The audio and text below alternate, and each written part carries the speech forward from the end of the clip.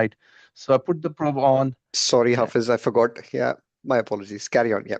it's fine. So we put the probe on, and before I put the probe on, I would like to know that we are using a when you go machine. It's an GE machine, and we use a linear transducer with the frequency of 10 to 22, which is more of an auto thing essentially, which changes frequency. It depends upon your depth and gain. Limitations that I had for my scan was the child was quite unsettled, though we were on morphine and rock, and was quite being desaturating while the handling and along with the cross edema that we have for the child. So these are the images that we have taken. I would like Alok, if you can kindly go through with me images as Yeah. well. So So, just going back to your history, we just go back to mhm, your slide because that's quite important. So yes. when you do your exam, you Hmm. transluminate and it's right-sided translumination that's Yes. positive. So Yes. for everybody, just before we start, now that you know the lung ultrasound protocol, you've Mm. seen that Hafiz's mental modeling. He's got a differential in mind, and one of them he's concerned about possibility of an pneumothorax. Just remember, by protocol, once we've examined and we've determined, we always start from the abnormal side first so that you can compare with normal. So a simple example that I'll give you is that if you had a left-sided concern, you'd start on the left side first, but here we have a right-sided concern, so we'd start with the right. Go for it, Hafiz. Yeah. All right. Thank you, Alok. So these are the right side. So we started with, we have already done the nomenclature with the right upper side as 1R. So Yeah. this is the 1R B mode that we have done. So to start with, I've given you the clinical picture. I'm following the Bish and mental modeling, followed by we can clearly see the bat sign that is present. I'm gonna run it again. It's beautiful. I can I can see the intercostal space in between. What I can clearly see, there's a lot of P lines that is being coalesced. In terms of the pleura, I can see it is okay, but compared to a 29 weeker, which is 3 weeks, appears to be quite thickened. I won't say it's a whiteout lung, but again, I would say it's a coalesced lung. I haven't done the M mode at that time, I think, or I might have done it, which I didn't put it here. No But again, worries. because the lung sliding was there, I was pretty confident. I mean, I should have done the M mode, but again, if there is no A lines, I was happy with the fact that definitely this is not a pneumothorax. Going forward, you can stop me, Alok, whenever you want me to Sure, stop sure. while I'm saying. Absolutely. Absolutely. Carry on, Okay. please. So Yeah. going for the next, which is the right lower zone of the right side of the lung. Again, you can see there's a starting with the bat sign being positive. Can see there is a pleural siding that is present, but I can appreciate us in terms of pleura, it is thick, and there is some more echogenic area just below the pleura. Uh, I'm not sure is it because of the developing chronic lung disease or RDS, but again, there is some changes that I can appreciate it Yeah. here. Going forward, in terms of B line and A line, I think clearly see that I'm going to run it again. Sorry. So, sorry, did I mess up? Yes, I did mess up. Take your time, Uh, Hafiz. Take your time. Yeah. Yeah. sorry. Yeah, it should run. So yeah, you'll have So, to switch your cursor off. Yeah. If you just go to pointer. Yeah. close it. This is what I'm trying to close. I think I messed up. I shouldn't have Go touched on. this. It's okay. Yeah. uh, Now you're let okay. me just, Now you're okay. Yeah. Go for it. yeah. So again, you can see that there is a lot of in between the intervertebral space. It's not intervertebral, intercostal space. There's a lot of coalesced B lines that I can appreciate. Uh, Again, I would say it's not a whiteout lung because I can clearly see there's a B lines, but definitely no A lines. So it's a more of a B profile rather than a B dash profile that we have. Sure. So, just by definition, first of all, your image quality is amazing. I have nothing to say. You've got excellent batwing sign. I mean, this is kind of you're using a high frequency here in a small baby. It's giving you good depth, good penetration. The tissue is visible throughout. So well done. And I mean, your baby's a little bit on the edematous side. He's Mm, got a lot of soft tissue that I can see, which mm, would interfere with your ultrasound. So those mm, are the technical aspects. You're nice and perpendicular. R1 is always a little bit of a challenge because you have a sloping chest. Beautiful. mm, And I would agree, you've got changes in the pleura. It's thick, it's continuous, it's uh, it's not broken anywhere, so there's no fractal sign, but it's quite thick. And underneath it, what you've got is you've got an element of some comet tails, and then basically what we say is this chronic change developing. These are not by definition subpleural consolidations. This is Okay. a B profile, and to make a definition, so the word you would use here is alveolar interstitial edema. So when you look at the Evidentially. yeah, when you look at the progress, you kind of have what I would say is individual B lines. Now that's an individual B line coming there, but Mm-hmm. you've got virtual compact V lines and they've merged together into one large Mm-hmm. thing. So while these look compact, these three here, Mm-hmm. so by definition, this is AIS. This is also AIS. And if you show me all the images and it's AIS, then that's what you'd call a white lung. White lung. Okay. Yeah. So you've got AIS is the word you would use for Yeah, this reporting. is the Yeah. word. Yeah. Okay. Carry on. Yeah. I'll Okay. just rub out. Yeah. Sorry. Carry on. Yeah. Okay. Moving forward, this is 3R, which is the right lateral probe that I have put up from the position point of view. Mm, Again, more or less similar finding. Positive batwing sign I can clearly see there. Pleura again thicken, and like the way you have clearly described, just below the subpleura, definitely there are some changes that have started to develop. No A lines that I can appreciate. And in terms of going through the B lines, there's a lot of coalesced B lines I can clearly appreciate in between the intercoastal spaces. So yeah. again, it's a B profile that we are dealing here at the moment. Yep. And maybe just a few consolidations. So just in the middle, if you just play it again, Mm, so yeah, you can yeah, see could them. be. Yeah. Mm, Once you play them, they're just there. mm, There's one there. mm, mm, So, but yeah, that's the only one I can see. The rest of it is more irregular, kind of. mm, It's blurred. The pleura is mm, continuous. You've got a lot of mm, rib dropout there, which is mm. good. So you just need to try and be perpendicular. Okay. Well done, well done. It's not easy because it's R3, and you might not be able to lift the hand up in a Mm, preterm baby who's so sick. So mm, it's a mm. beautiful image for a sick baby. God bless you. Thank you. Moving forward, it's on the left side. 1L means, from the nomenclature point of view, left upper area of the lung that I'm scanning here at the moment.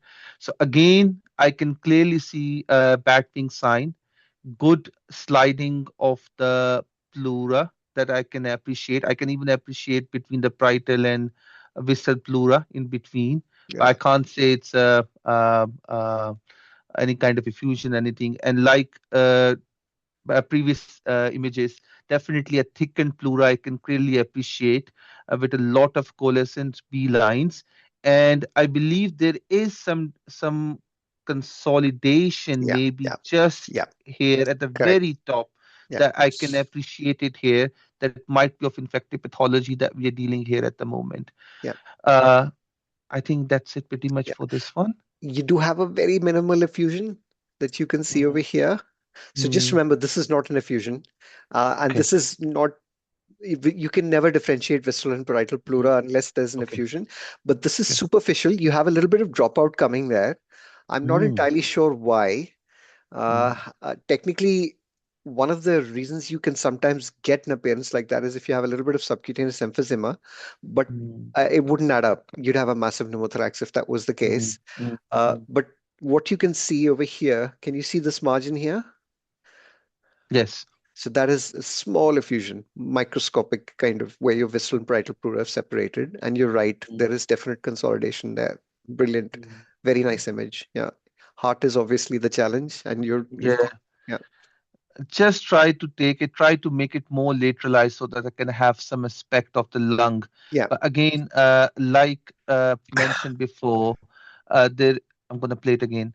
Again, I can see the bat wing sign. yeah, I can see good sliding. Again, I can clearly see there's a thickening of the pleura that I can appreciate. yeah. Uh, uh, Lots of coalesced B lines I can appreciate, and but there's no consolidation or kind of collapse that I would say Agree. in these Yeah. images. And That the next, yes, sorry. it's more obvious now. You've basically those dark areas, they're interstitial fluid. There's quite a bit of Mm, interstitial edema. Your baby's quite Mm. edematous, sedated, Yes, paralyzed? it was. Yes, Yeah, it yeah, yeah. was. Yeah, okay. Yeah, Yeah, yeah. And next image, I think probably for me was a learning one. And let's me move this one. And I think this is one of the M modes I've done for yeah. this child. Brilliant. Uh, Moving forward. Yeah, this is the one I wanted to discuss. Yeah, So this is a left lateral area that I'm scanning here at the moment. yeah. Uh, what I can clearly see, there's a bat wing guide is available. There's a lot of acoustic dropouts that you can appreciate. What I found very remarkable or impressive, there was no pleural line I can appreciate in this scan to start with, Yep. and there is a lot. Probably to me, it's a fractus or shed sign that I can appreciate it here in this area, which I cannot appreciate any kind of maybe B lines coming infrequently somewhere here. But again, most of it appears to be more of either it's a uh, alveolar collapse or consolidation that we are dealing here at the moment for this child. So by definition, you're absolutely right. Consolidation and atelectasis takes its origin from the pleural line. So if you just play it Mm, again, what you'll find is yeah. that in expiration, the, the lung falls back and you basically get these large areas of cavitation. Mm, mm, This is basically atelectasis. And then mm, what you've got is you've got subpleural consolidations with the atelectasis, those bright areas that you see mm, with a few static air bronchograms. Uh, mm, I mean, this is classically atelectasis.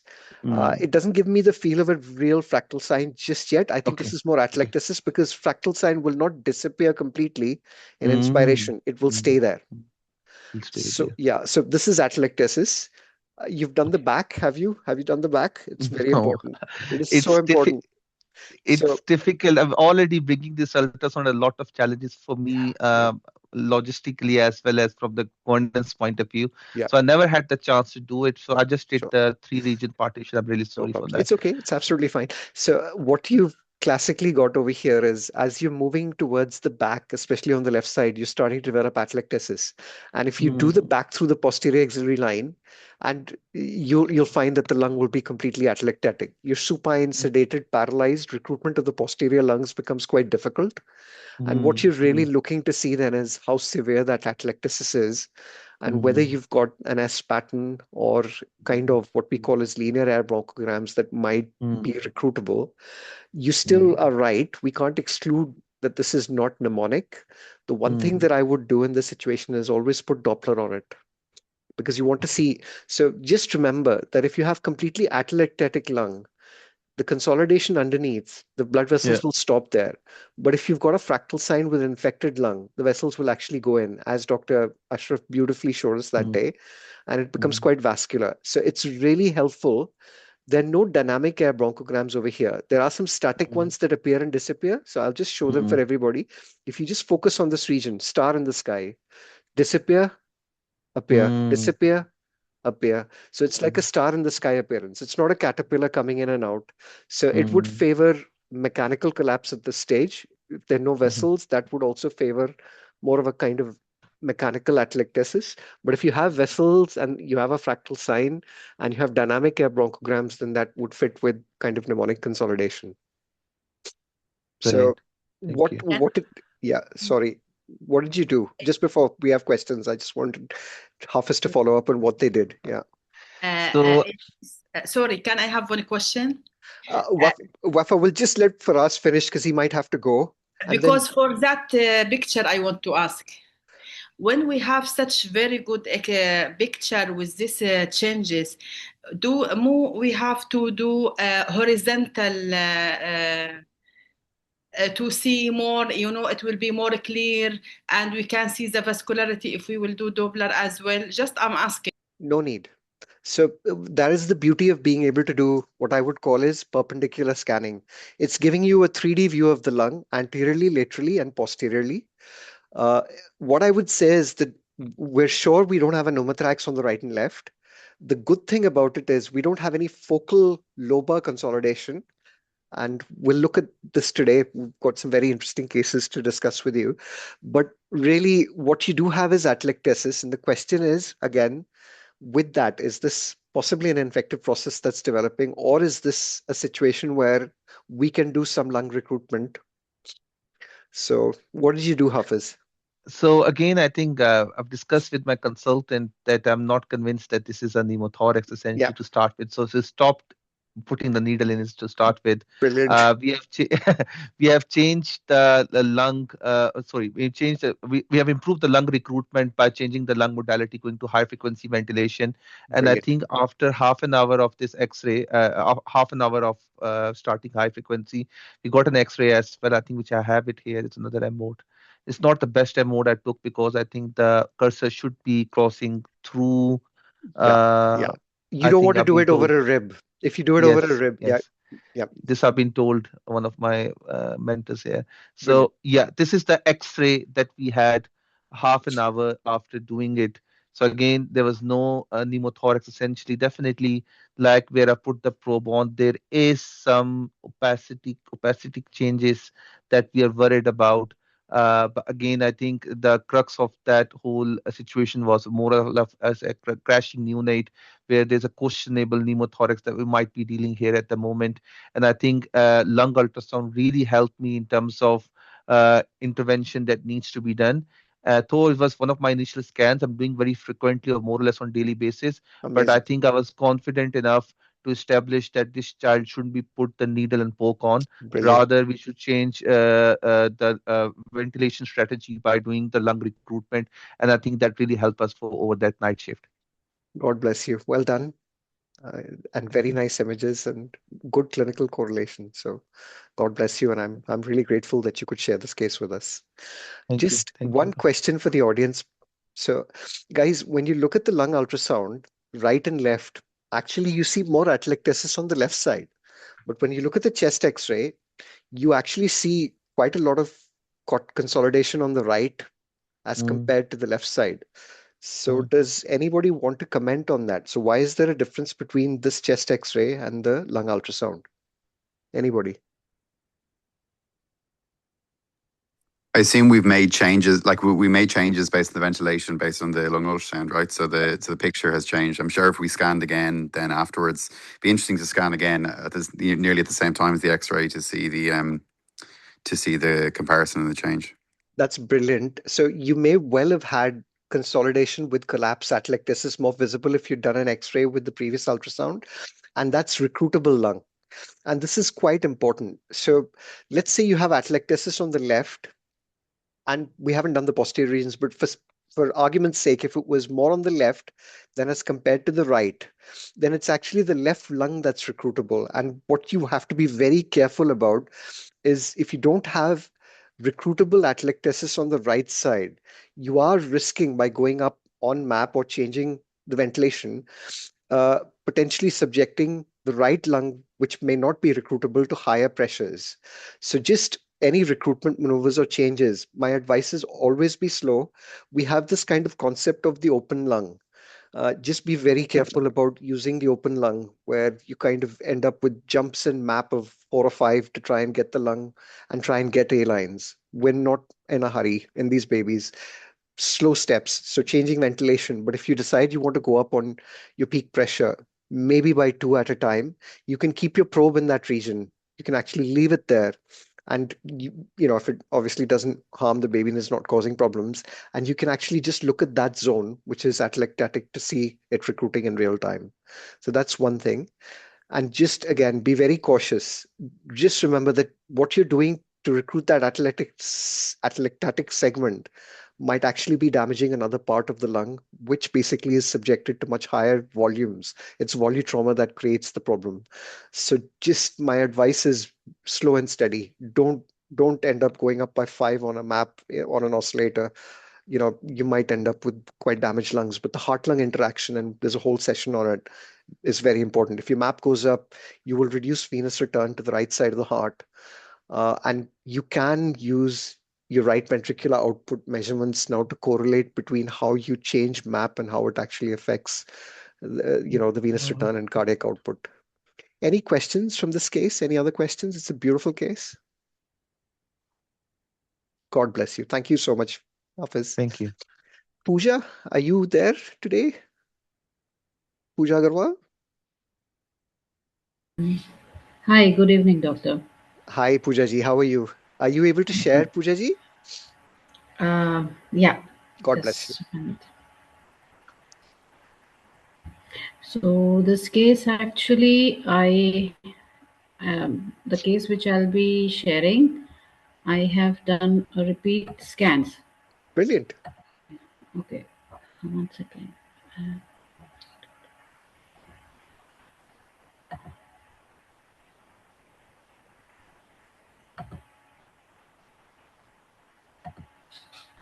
Um, is my screen visible? It's visible. You can go to full screen. Yeah. Mm.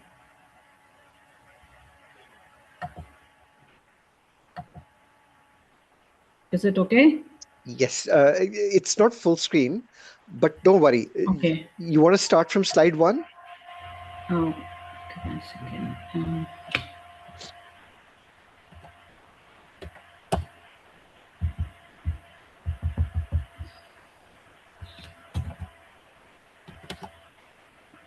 Second, how should I? Yeah, brilliant. Okay. Um,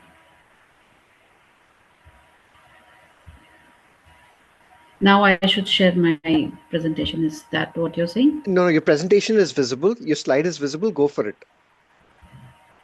Okay. So the baby which I'm going to share was born almost a month before as a 23-weeker, 500 grammer. The first scan was done 2 weeks at the age of 2 weeks. I've not updated the case summary yet because yesterday only I was post night, so I have yet to incorporate the changes in the No history. problems. No problems. So Carry on. Yeah. yeah, so the first scan was done when the baby was 2 weeks old, and the second scan was done yesterday, which is at the gap of around 10 to 11 days old. Baby was born with sepsis with E. coli positive culture in the blood in the first blood culture. Baby received 2 doses of Serventa and had been on high frequency ventilation for pretty long time. We have not been able to wean to conventional ventilation successfully for the baby. Brilliant. So this baby's map at the time the first scan was around 15 to 16, which by the time of yesterday's scan was around 20. FiO2 requirement have been high for the baby and amplitude requirement are nearly same. The latest changes for the baby is that this baby had probably developed another episode of sepsis. Though septic markers are negative, we are helping with the baby with some antibiotic, and baby also had been having Yeah. metabolic acidosis. Echo Pooja was ji, not showing any PDA. just in the interest of time, because there are others to present. Yeah. Okay. Yeah. Okay. So the scan I did was with Logic uh, machine, and frequency I used 12 to 14 sometimes to zoom. So then probe I used hockey stick, and baby was sick baby on high frequency, so there were short examination windows. Uh, So your slides aren't moving. okay.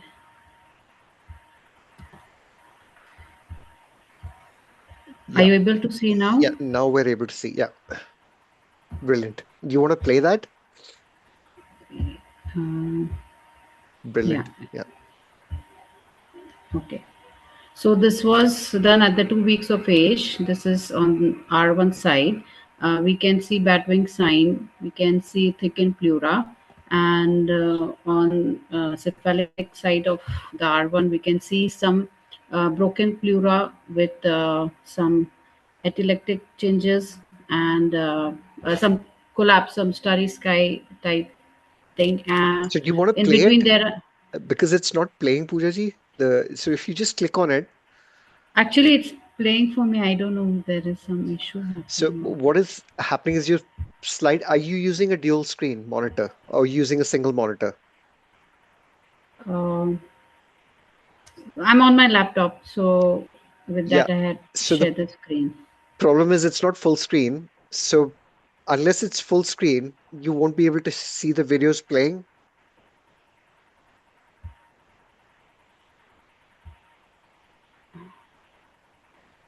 Um, shall I stop Yeah, sharing and stop then try sharing and try again? again. Yeah. Just remember when you go to full screen on your slide mode, you Mm-hmm. there's sometimes two different screens. There's one that basically gives you the reading mode, and there's one that gives you the full slide mode. So I think what we're seeing is the reading mode. Okay. Entire screen. Uh, is it visible now? So yeah, your screen is visible. Now we just need to see your slideshow. Now go to full slide. Yeah, brilliant. Now that's brilliant. So yeah, now just click on it and it'll play. Is it Yeah, playing brilliant. for Yeah, you? now it's playing. Brilliant. Yeah, you're right. Yeah, I agree. So there is definitely, first of all, it's a beautiful image. Very well done. You've got very, very good perpendicular kind of placement. You have got a very good, I would say, footprint. You've got four ribs, nearly four intercostal spaces. The pleura is very thick, and you're absolutely right, guys. You need to have a look at this. You won't see a better star in the sky appearance. So when you look at that right upper lobe, I'm just going to highlight it. This is a star in the sky appearance. So you can see how it moves. That is atelectasis. You lose your pleural line.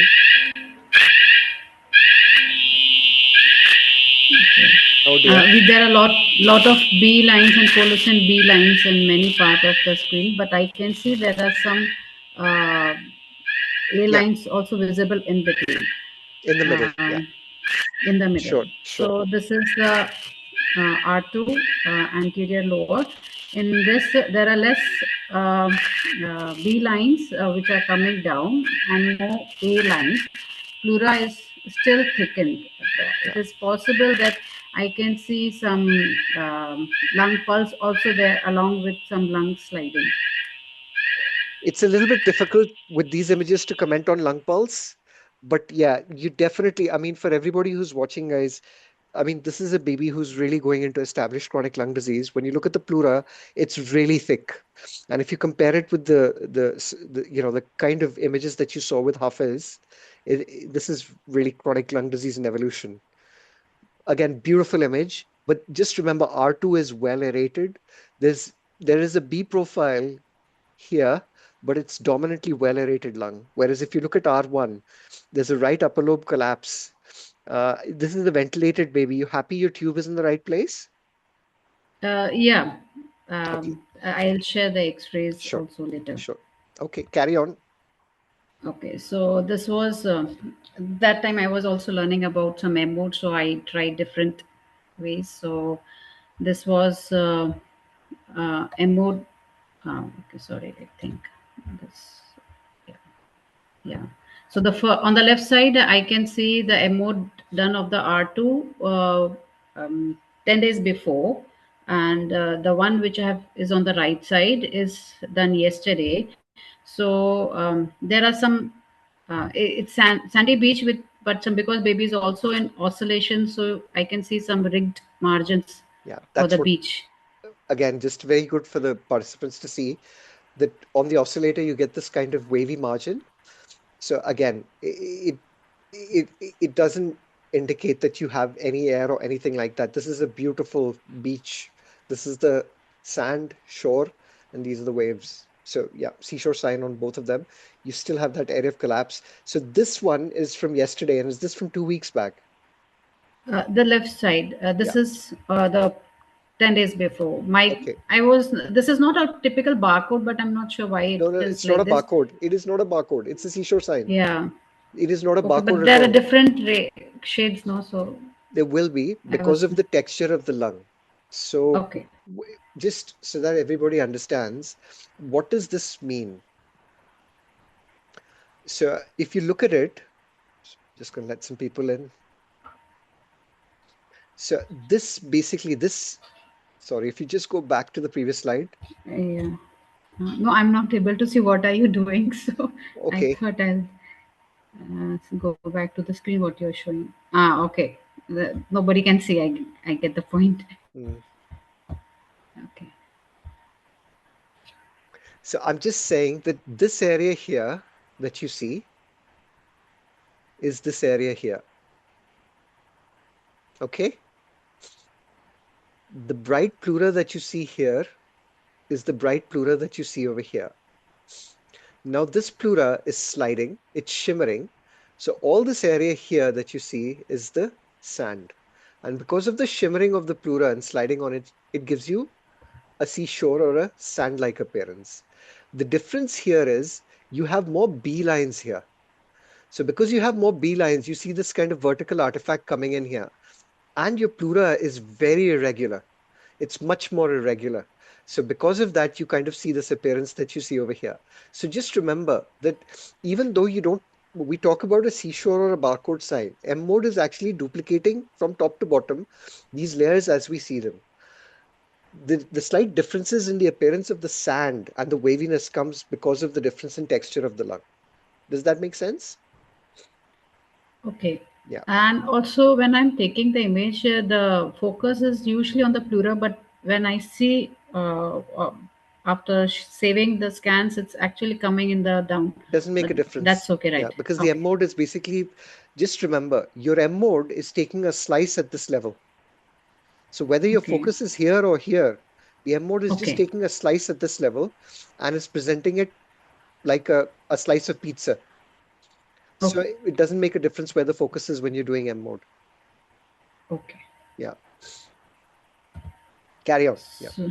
So this is same R1 yes done yesterday. So this is after 10 days. So we can see Much that better. there are still areas of some collapse, but aeration has started on the anterior side, and this is on the right and lower. It has not changed much as compared to what it was 10 days. Yeah. There are still thick B lines Yeah. present here.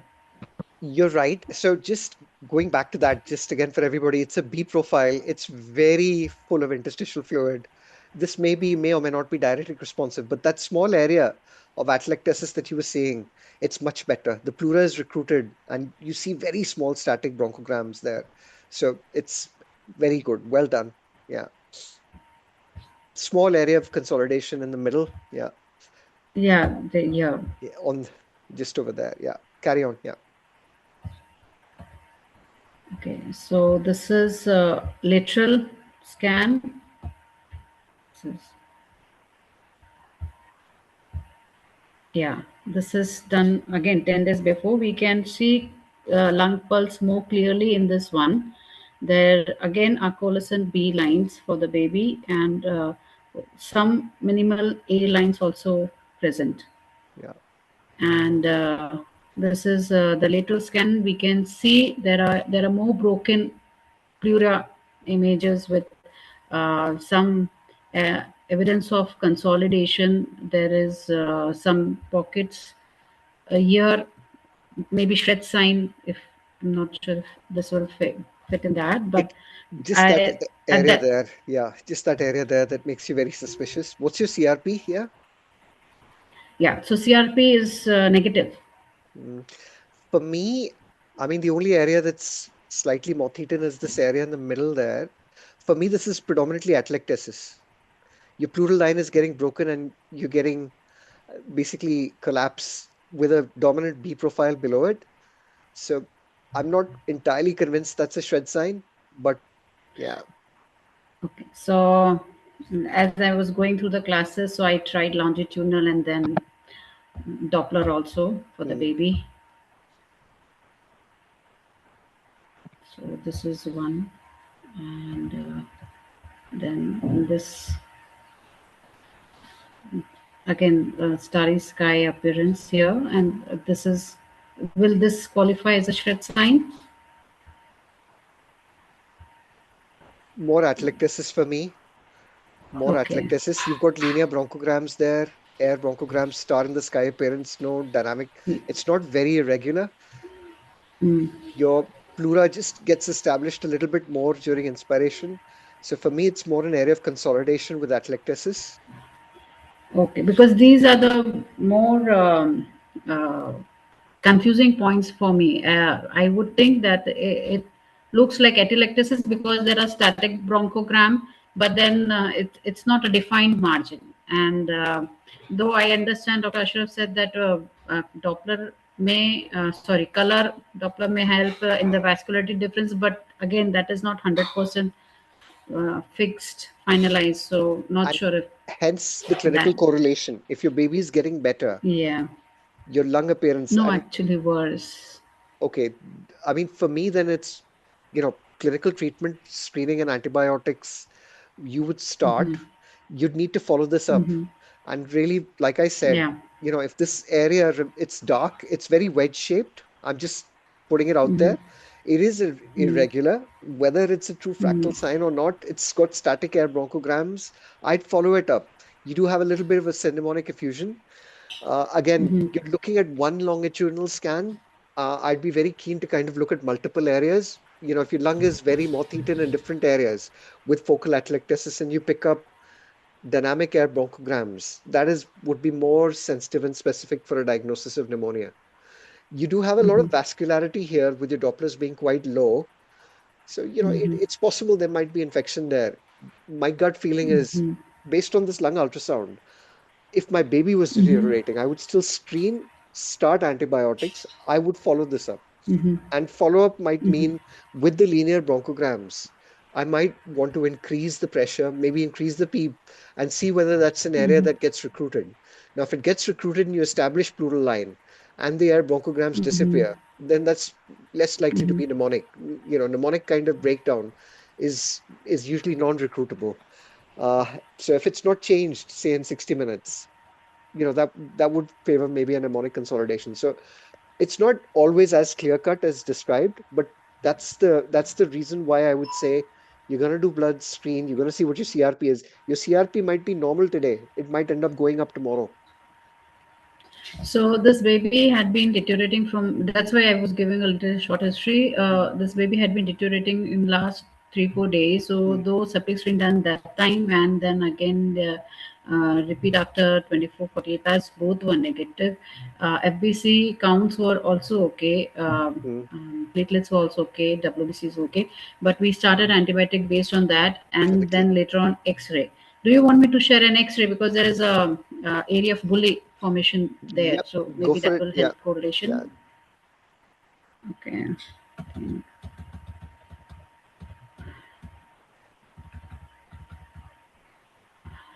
So this was the first time, and this is the one which we did Yeah. for yesterday. So So this was done 10 days before, yeah. and this is done yesterday morning. So just remember, a bulla will never come up on your ultrasound. You may get air trapping reflective as kind of A lines, but being able to say that you have a bulla there, lung ultrasound won't be able to tell you that. My only other comment is you must, in these babies, you have to do anterior, lateral, and posterior scans. It is absolutely imperative. And the reason I say that is because we have to have a look at the backs of the lungs. You may well get signs at the backs of the lungs that confirm infection. You may get a fractal sign. Just remember, for a supine baby, exudate, infective process by gravity, interstitial fluid, it will all settle posteriorly. So for these kind of babies, you need a comprehensive scan. I was able to do posterior scan on the right side Let's have a look. yesterday. Yeah.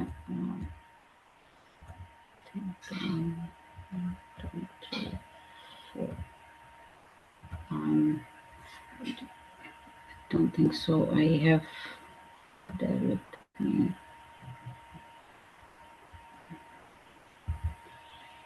This is yesterday's scan.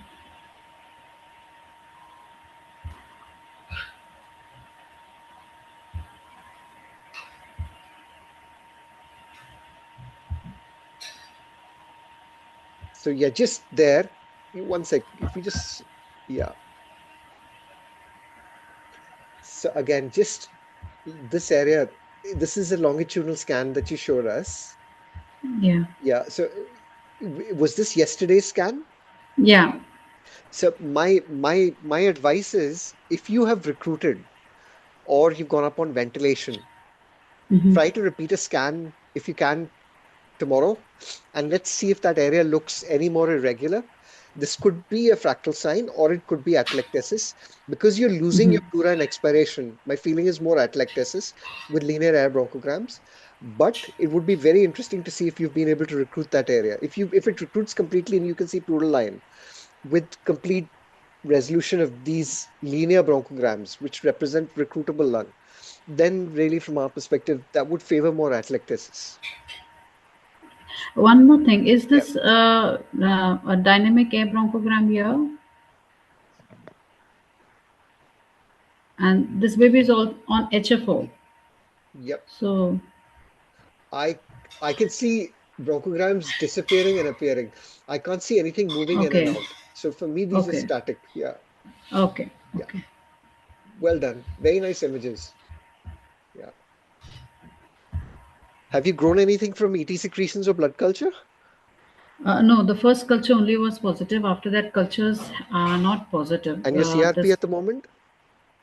CRP is negative. Okay. Uh, Procal also had been on the higher suspicion side, but not as a good Sure. positive. It's very bad chronic lung disease. I mean, guys, if you look at the pleura here, you'll never forget this. This is really bad chronic lung disease with cystic change. It's old style chronic lung disease. And air trapping has led to bulla formation. Just again, you're not going to see bully. The clinical correlate in lung ultrasound is a large air trapped area. You may see an A profile, and I will show you a case in a few weeks when we talk about cystic lung disease and cysts to give you a feel of what that looks like. Any questions from anybody in the audience on this case? Thank you, Dr. Pooja. God bless you. Really appreciate it. Okay. Sorry, Alok, Yeah, stupid question.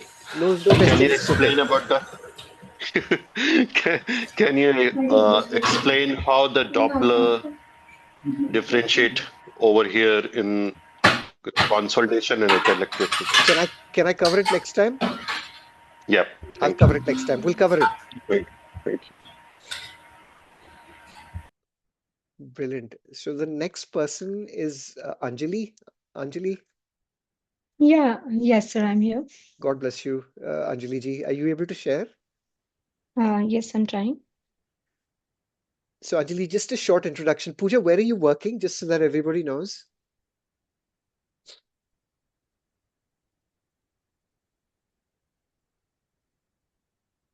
Okay, Anjali, go for it. Just introduce yourself. Yeah, hello everyone. I'm myself Dr. Anjali Barani. I'm working as associate professor at MGM Medical College in Indore. I'm from India, and currently I'm posted in PICU, but I frequently visit NICU to get the scans. So I'm not able to pick up a pace, but still I'm trying to get few scans done. So God I bless you. Yeah, can I start? yeah, please, Yeah. ma'am. Please. Are my slides visible? Yes, ma'am. Okay. So is this full screen now? Yes, ma'am. Yeah, go for it. Yeah, so this is our machine. It is a Alpinion, and I've used the frequency of 12 hertz. The probe that I've used is linear one, and this is one of my first scans. The case history is that this was an extreme preterm child, uh, extremely low birth weight, DCDA twin 2.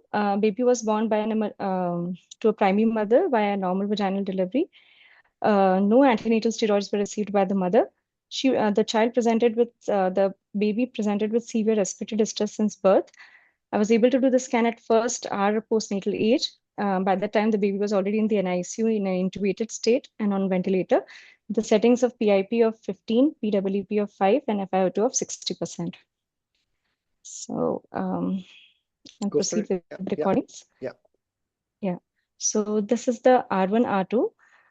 I'm sorry, the limitation is also that I've moved the probe very frequently to get the batwing correctly. No problems. So This is the perfect. images may not be that, No, this is perfect. You've got a yeah, nice parallel screen with 1, 2, 3, 4, 5 ribs, yeah. 6. But Lovely. it will move in between once I play it. No problem, ma'am. No problem. Okay. So I'm able to appreciate 4 ribs and 4 to 5 intercostal spaces. The I can see the pleural sliding very clearly. And there's a confluent B lines. I can appreciate these B lines, and the subpleural consolidations They are very are, distinctly seen in this yeah, very video. I'll nice. play it again. It's just a very brief video, but I'll play it again for everyone. So you can clearly appreciate these subpleural consolidations. So I think it's the highest score that I can give to this is that of 3 on Brad score. So So clearly indicative of just, a yeah, Anjali ji, just severe sorry, radius. I'm going to interrupt you there because it's so beautiful. Can you play it again? Yeah. So for anybody who wants to see Yeah, snowflake sign, definitely. yeah, this is classical snowflake sign.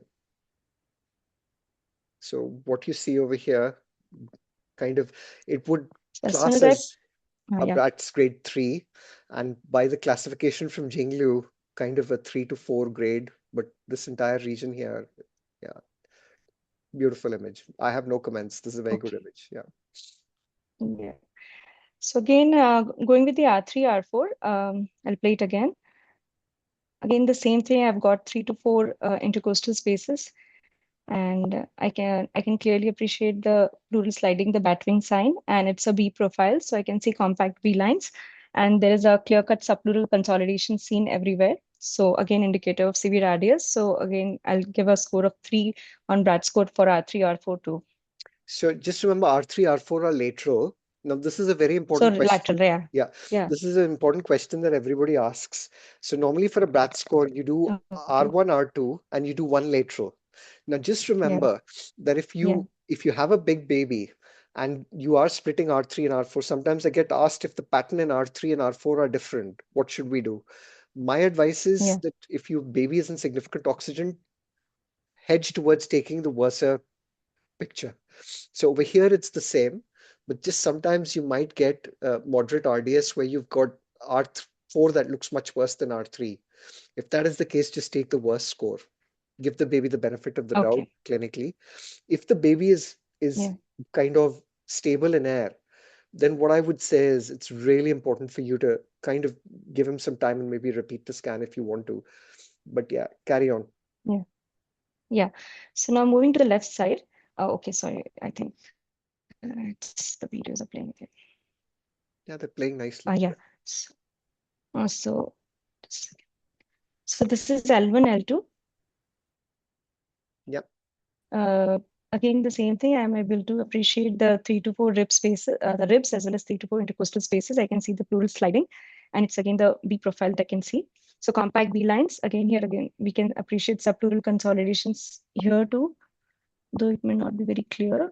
Less than on the right. Yeah, but still, again, indicative of B profile of the lung. Yep. And moving to L3, L4.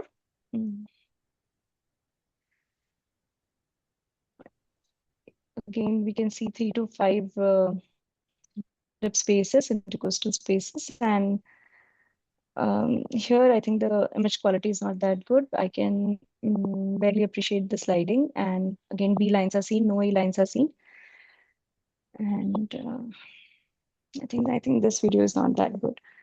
It's good. So You're just not now perpendicular. I tried at the back. Yeah. So I'm not just, perpendicular, right? yeah, Yeah. just you're not perpendicular, which is why you're getting basically this is the lung margin. You're getting the diaphragm, Yeah. and this is probably the spleen heading towards the back, but I Yeah. can still see very good subpleural consolidations there. And you've got a Yeah. B profile. So don't feel too worried. I just also think there's an element of lung atelectasis happening because you've got these linear air bronchograms coming through. So what I would say is that uh, your left lower lung looks pretty poorly recruited at this stage. Be interesting. We'll see what the chest X-ray looks like, but let's see what the back looks like as well. Yeah. Yeah. Yeah. So, okay. So this is alpha L6. Hmm. So the pleural sliding is very clearly seen, and here also we can appreciate the snowflake kind of appearance of pleural consolidations and the compact B lines. Yeah. So very suggestive of score 3 on that score. Yeah. So so diagnosis. Sorry, again, play it again.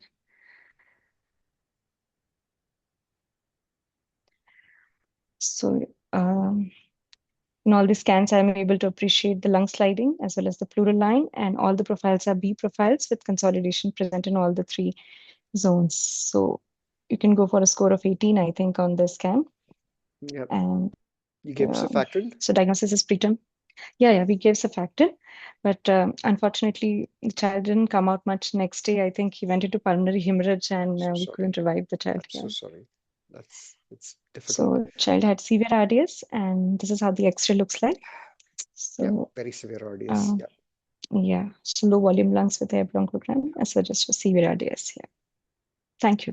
No problems. Just a reflection Yeah. on that case. Yeah. Just when we look at the chest X-ray, the chest X-ray basically shows you a uniform RDS-like appearance in both lungs. What it doesn't tell you is which lung is worse. Yeah. Whereas your lung ultrasound clearly shows the left, lateral region, very atelectatic, potential for recruitment in that region.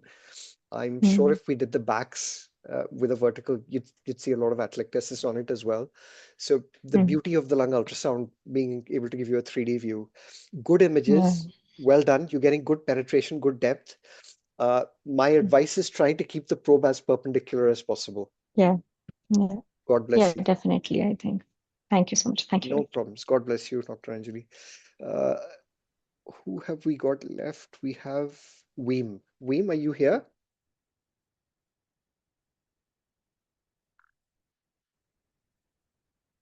No, Weem is not here. Okay. Do you have any questions before I start the presentation?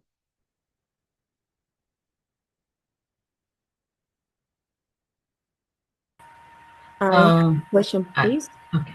Yeah, go for it. Right. My question about the scans and the logbook, because Mhm. I don't have any supervisor who could actually review my images, and I've been uploading them on the logbook. So would we wait to get a feedback from you, or So a peer review will be the best way? is this Nasreen? No, it's Amani.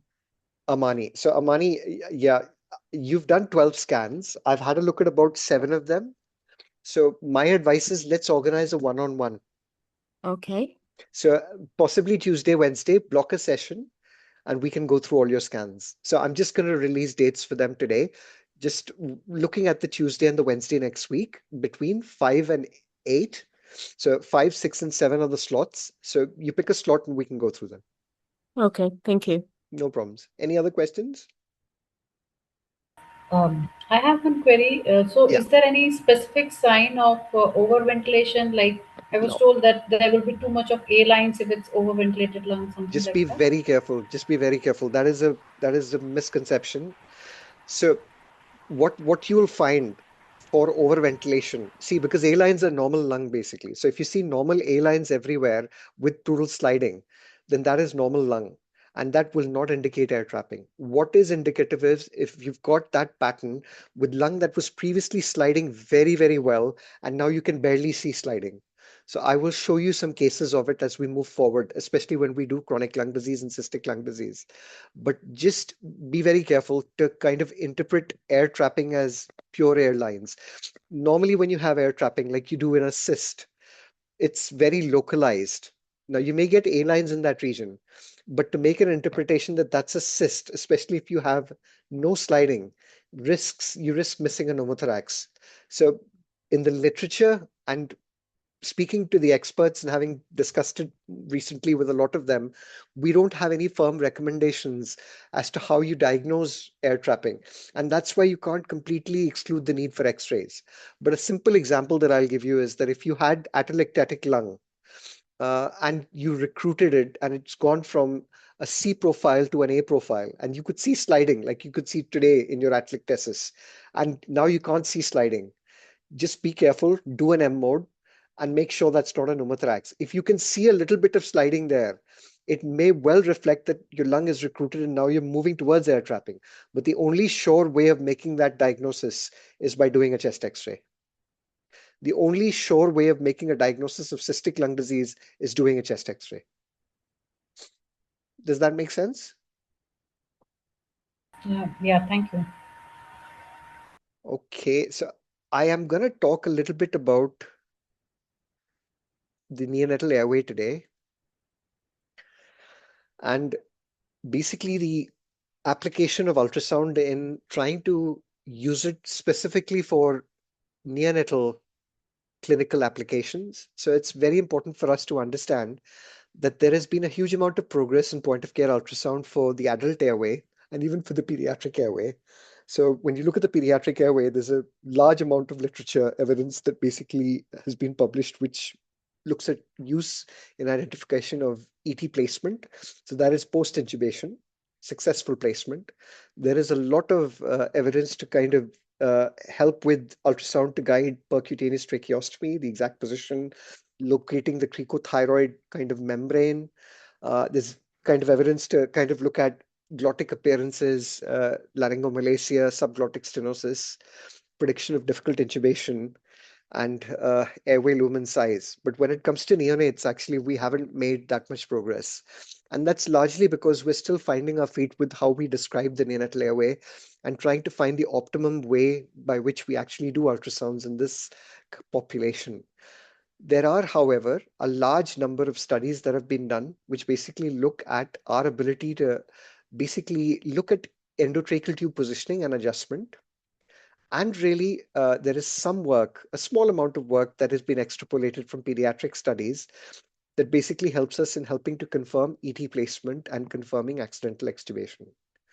Now, a big disclaimer that I would like to give you. I enjoy teaching human factors. I've been doing simulation for a very long period of time. And I just want to tell you that in the crashing neonate, when you're kind of got a baby in the middle of CPR receiving NRP resuscitation, your ability to be able to use ultrasound, the time it takes to get a machine there, turn it on, connect it, switch it, put the plug in, then put the machine on, then select your presets once it's switched on, and then basically try to optimize the image to get good views. Good luck. Uh, if it is done in a way that is not well performed, it can even interfere with regular resuscitation. So actually, if you're ever in a situation where you have got situations where a baby is deteriorating and you're worried about your airway or the ET placement, there's absolutely no doubt that the gold standard is clinical confirmation with end tidal to confirm that your tube is in the right place or a pedicap. You have to go back to the basics. That will be much more quick. And there are currently no studies which actually say to us that using an ultrasound to be able to detect the signs that I'm going to talk about today is any quicker. In fact, my advice is it might actually delay appropriate resuscitation. There is a lot of work that's recently been done by Yogen and his group in his hospital producing a program which basically talks about the use of sonar, which is basically sonographic use of ultrasound in the crashing neonate bedside. Now, I'm just going to give you a feel for the fact that they're implementing that in the context of babies who have just been born, who are on delivery suite or within the neonatal unit who are acutely deteriorating, but they have a portable ultrasound machine on every bed space, which is on, activated, ready to use. So if you're not in that situation and don't have those kind of facilities, just remember there is nothing that will replace clinical correlation and clinical examination. You must stabilize first. And really, after that, if you're in the semi-elective situation of the baby deteriorating, that's really the situation where you're going to use ultrasound for the crashing neonate. Acute resuscitation, it's not easy to do. And trust me, for the airway, making a clinical diagnosis will be much more quick than getting a probe to try and see whether your tube is in or out. Now, just remember that when we look at the neonatal airway, we have a large number of probes that we use at the moment. And the commonly used probes that you'll have on your machine are basically the curvilinear probe, the phase array probes, and the linear probes. Standard probes, for a neonatal airway, we've got a wide range of babies. We've got extremely preterm babies, 400-gram babies. We have babies who can be as large as 5.5 kilos. So you are going to have to play around with the actual frequency and the probes used. What's been described in the more infantile neonates, babies who are term over 3 kilos of weight, is basically using a standard linear probe with a frequency of 7.58. Bigger babies, infants who are there on your neonatal unit, you might have to drop to frequencies of 5. But for the smaller babies, you are going to have to use higher frequencies and you're going to have to use linear probes. And those linear probes, those frequencies that have been described in the literature as high as 14. All of these babies are going to be examined supine. The neck needs to be exposed, and as I'll show you, there is virtually no neck, so you have to keep the baby's head in a neutral position with the neck slightly extended. When I say extended, I don't want you to extend the neck completely so that the baby is basically trying to sniff the morning air. You're keeping the head in neutral position as far as possible. If you can, putting a shoulder roll under the shoulders to kind of keep the alignment of the head and the shoulders so that the baby is relatively neutral in his position so that you can get access to the suprasternal part of the neck is quite important. Now, just remember footprints. So you will get a good, nice, high definition image with a good footprint when you use a linear probe. A phased array probe will give you a much smaller footprint, but really when you're trying to localize the endotracheal tube in extremely small babies, you might not be able to get this probe into the baby's neck. Seeing and visualizing the trachea as well as the endotracheal tube might be quite challenging. So you may have to play around with it. And in general, what I'd say is that the common probes that are used are the linear probes. And then you have the microconvex C85. These are commonly used in term babies over 32 weeks. For the smaller babies, these probes might be quite difficult to get into the suprasternal notch, and it might just be easier for you to use an S12 probe to be able to get into it. And we'll talk about how we can image optimize for that. These are the planes of examination. So simple. We're just going to keep it simple. You're either going to use a transverse plane or you're going to use a longitudinal plane. And the longitudinal plane, I mean, here it's to the right of the baby's cheek. My advice is the best way to hold it is to keep it like an echo probe. This picture is being shown this way because this is how the pediatric clinicians describe it. Actually, your probe should be to the left of the baby and kind of angulated slightly so that you can actually see the trachea and the esophagus. And really, these are the kind of views that you're going to get. So really, if you were kind of doing a relatively longitudinal view, you're basically going to get elements of the thyroid gland, the kind of cricoid cartilage that you can see, and then really what you're going to see is tracheal rings that you can see over here. Below that, there is air tissue interface. Now, the good news is we don't really look at this view. This is really a view that's used mainly by our pediatric colleagues. But what is important is we will use the suprasternal view that I'll describe to you to basically look at ET tube positioning. The transverse view is what we look at. And when we look at the transverse view, what we're really trying to delineate is we're trying to delineate the lumen of the trachea and the esophagus. And in most neonates who have not been fed or just been born, the esophagus is often completely collapsed, so you can't see it. So all you can really see is the trachea. And this is the classical view that you get when you do a transverse view with the probe. It's called the thumbprint sign. So basically what you've got is you've got the tracheal ring that you can see over there, lower down, and you've got what is an air mucosal interface. So we know that we've got air in the tracheal ring and then you've got mucosa. So this looks like the back of a thumb. So if I draw a thumb for you, and all of you know that I can't draw, but I'll try.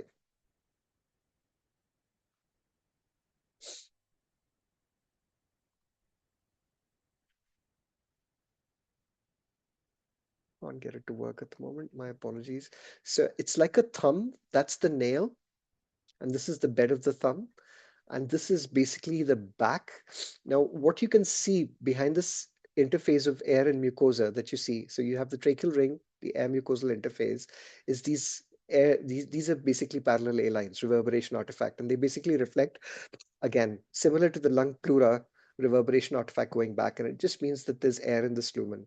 And that's quite important because when a tube goes through this dynamically, this basically disappears for a bit. If you go higher up, what you can see more clearly, and this is something that is less applicable to us, more towards the pediatric side, is basically elements of what I would say is the thyroid gland that you can see over there, with really what are the vocal cords, the arytenoids. And from our perspective, when you look at the arytenoids and the vocal cords and the baby cries, you can see these basically approximating and moving.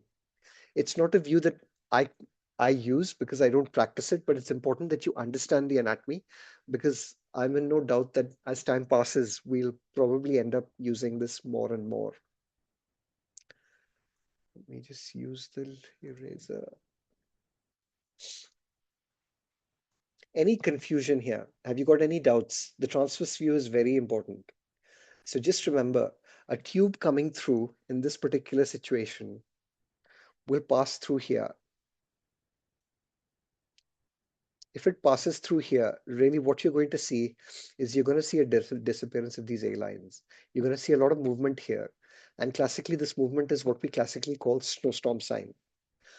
Now, this is what you can see at this particular point is an element of collapsed esophagus. Often in neonates, you won't see anything. And the reason you won't see anything is because the esophagus is completely collapsed. If they're fed and there's an element of esophageal movement, you might be able to see it. It's usually lateral to and slightly posterior to the actual tracheal ring.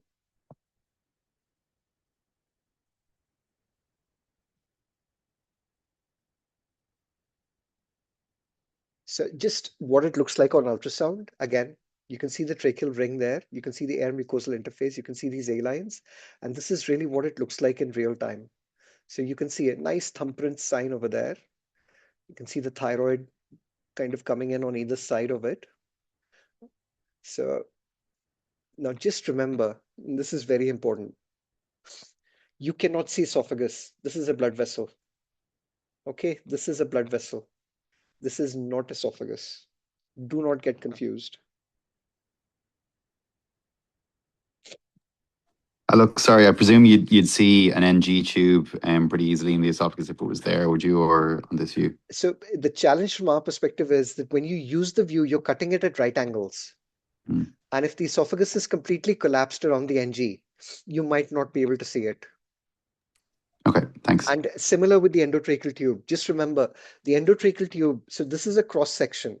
You basically have got your probe coming in and throwing ultrasound waves at it. And the endotracheal tube is at right angles to it. So you may see some movement, you might see some artifact, but will you actually see the tube? No, because you're at right angles to it. And you're seeing only one cut plane. If you were looking at it longitudinally, as if I go back to this image, and in infants and in pediatric patients, you can actually see it. But we don't use this view commonly because we're not really evaluating position through it. We're evaluating position through a slightly different view. Does that make sense? Yeah, thank you.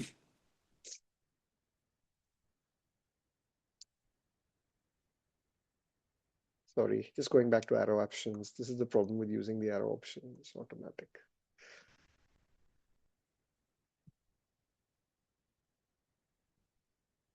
So as you can see, just remember that's a blood vessel, but this is a classical thumbprint sign that you can see over here. Now, what is a successful intubation? So just remember that for all practical purposes, when you look at this image, you can actually see, and I'm going to click it again, the thumbprint sign of the trachea. And then you can basically see a small esophagus coming in there.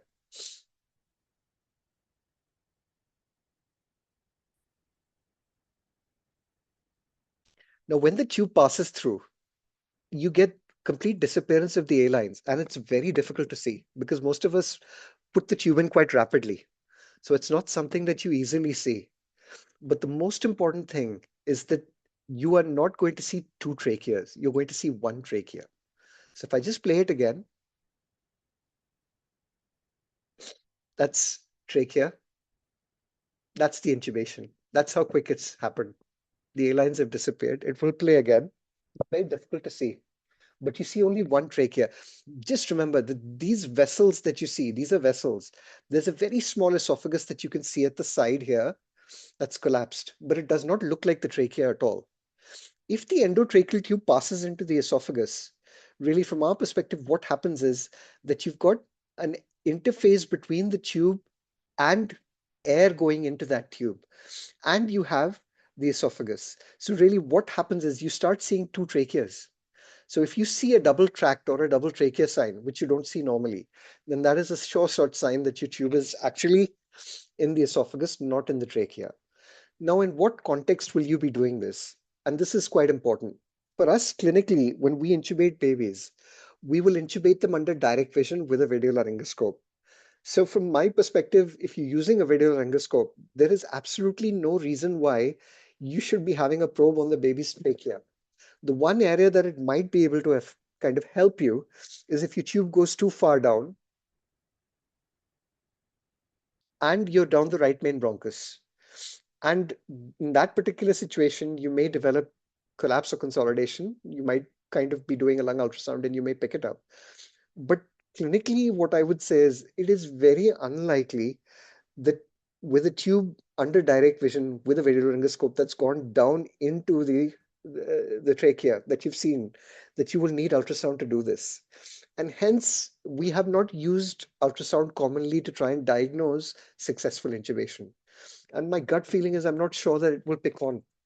I think the reason why it won't pick on is because we use end-tidal, we use videolaryngoscopy. If you don't use videolaryngoscopy and you're confused, just remember that if you're using ultrasound, then you should have the probe in your machine on with the probe in the transverse position on the neck while the procedure is actually happening. Now, that is something that is being done in a lot of, I would say in some units in the States, they are doing it. It's being done in a lot of pediatric intensive care units. From having recently spoken to my colleagues, I don't know anybody who's using ultrasound to confirm tube placement. There are some colleagues who might use it if they're confused to try and see whether the tube has accidentally dislodged into the esophagus. And in that situation, so the double track sign, if it's visible, clearly from our perspective, will give you a sign that the tube is in the esophagus. I'd like to think that you've made a clinical diagnosis much before you've switched the ultrasound machine on. So again, just another example of what the empty esophagus looks like. Now, just remember, this is a pediatric patient. So as you can see over here, and I'm just going to play it for you again, just so that you can see it again. You can see the esophagus here, tube going through. It's not a double tracheal sign. A double trachea basically looks like two tracheal rings. So this is trachea with empty esophagus. But once the tube is in the esophagus, you basically see this ring twice. And this is what is called the double track sign. Can I just let you know, it's not easy. It is quite difficult. And experience says that in the time that it takes for you to make a clinical, I can make a much more rapid clinical diagnosis. And if I'm confused, I'm doping, I would probably, from my perspective, try and visualize directly. I would take a laryngoscope, go down, have a look, and see if the tube is still through the cords. I would find that more quick than actually switching my ultrasound machine on, which might be in a different part of the hospital to bring it in. I'm taking you through these things because you should know them. I'm taking you through these things so that whilst you're learning lung ultrasound, you can put a probe on the baby's neck, longitudinal and transverse, to have a look at it. And I would be keen for you to present, and I will show you images that I've taken because it's something that you should be able to recognize. But I am very wary about the use of ultrasound, and I'm an outlier amongst my group of colleagues who I work with. They very firmly believe in the use of ultrasound in the crashing neonate. I do as well. I think if they're subacutely crashing, I have no problems. I think if they're acutely crashing and you have an experienced neonatal team who's resuscitating this baby, who's doing CPR, then critical thinking is really important. You need to do your NRP and you need to focus on airway, breathing, circulation, and you can make very rapid clinical diagnosis. A direct view with a videolaryngoscope or a laryngoscope will tell you if your tube is in or out. An ultrasound is not going to tell you if your equipment has failed. And I'm also just cautioning you that, to get a probe onto a baby's chest while he's receiving compressions, you're really going to have to access the subcostal view while somebody's trying to put a UVC in a delivery suite until you've actually trained and had good human factors training. And we run a program for it that we're developing. I'd just be very cautious about using it at this stage. This is just another video. So again, you can see double tracked visible.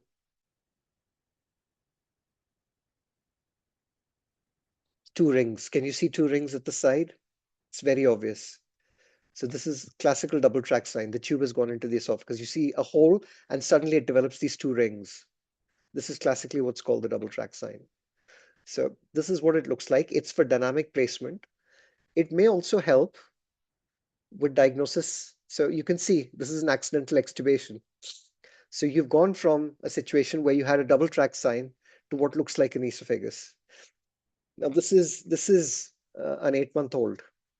So can I just warn you that, seeing such a nice esophagus might not be possible in a 600-gram baby. So yeah, you've seen it, but practice and let's see what you come up with. It'll be very interesting to see how good your probes are. Now, just a few things. If you suddenly lose sliding in a baby who's developed atelectasis, then really there may be indirect markers that your tube is down the right main bronchus and needs to be pulled back if you have a right-sided consolidation collapse. The other kind of evaluation that you might find is that when you look at the diaphragm, you see very good diaphragmatic movement on one side and very poor on the other side. And again, we'll be talking about diaphragmatic assessment in this course in a lot more detail. But if you have these kind of asymmetries, it's really important that you go back to airway breathing. It might be something that's wrong with your tube or something that's wrong with your lung.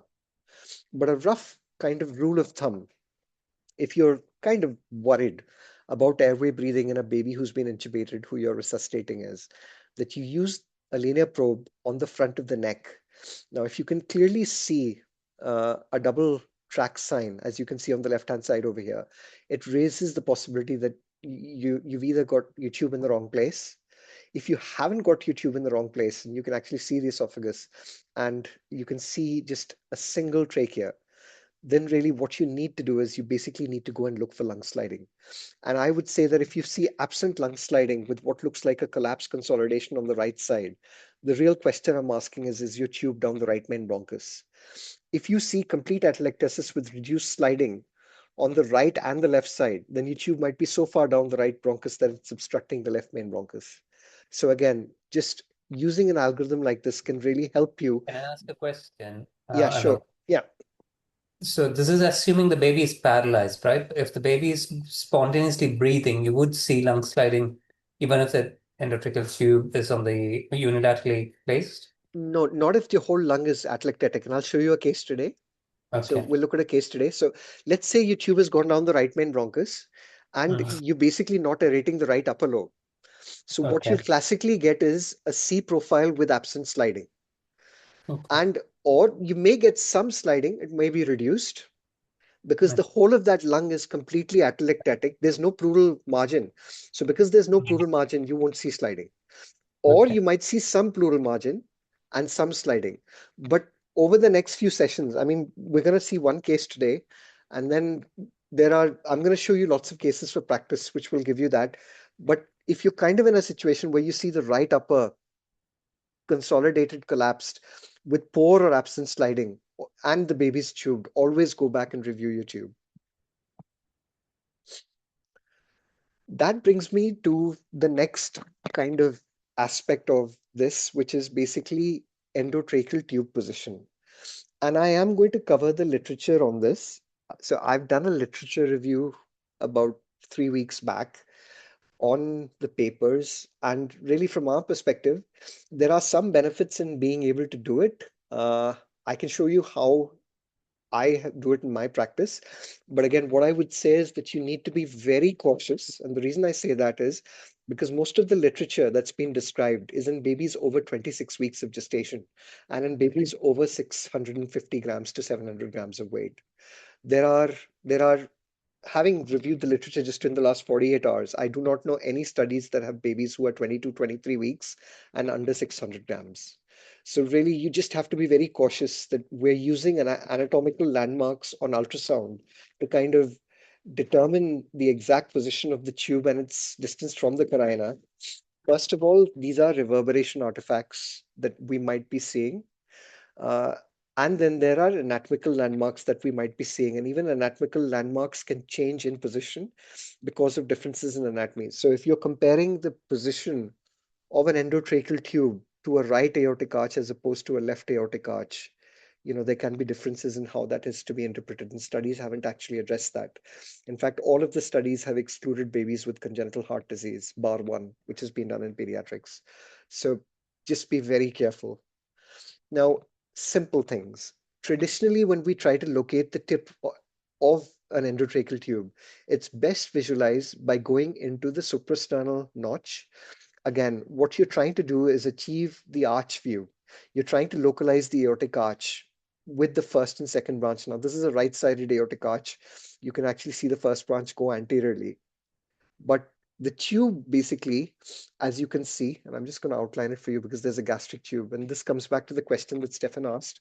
It's easier to see tubes in this position. This is the endotracheal tube ending somewhere over here, and this is a nasogastric tube, and you can actually see two margins of it. And this is an extremely preterm baby's kind of presentation. This baby is about 26 weeks.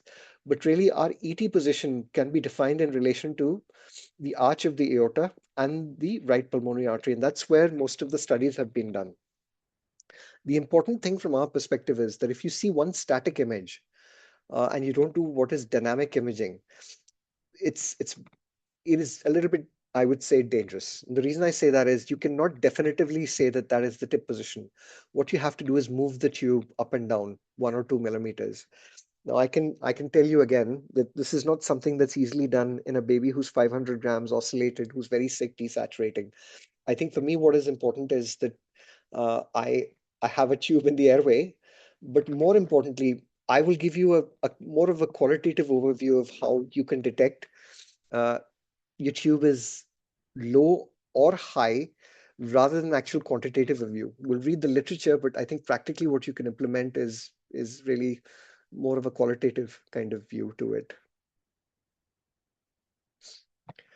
So this is basically the parameters that we use. So this is basically from the endotracheal tube as you see, and you measure it to the upper margin of the aorta, or you measure it to the RPA, which is coming over here, or you measure it to the upper margin of the aorta. So when I say the upper margin, there are two upper margins based on studies. There's one which basically represents the highest point, and there is a vertical line that goes through with it. Now, this is a picture that I've taken from a colleague, but just remember, this is how we can make mistakes. This is the gastric tube. Really, what you should be doing is measuring it from the ET tube. So the positions will change, and a more accurate image is what we see over here. So really, when you look at the endotracheal tube in this particular situation, that's the trachea. And really, this is kind of where you're seeing the tip position, very close to the suprasternal kind of notch, the aorta coming through.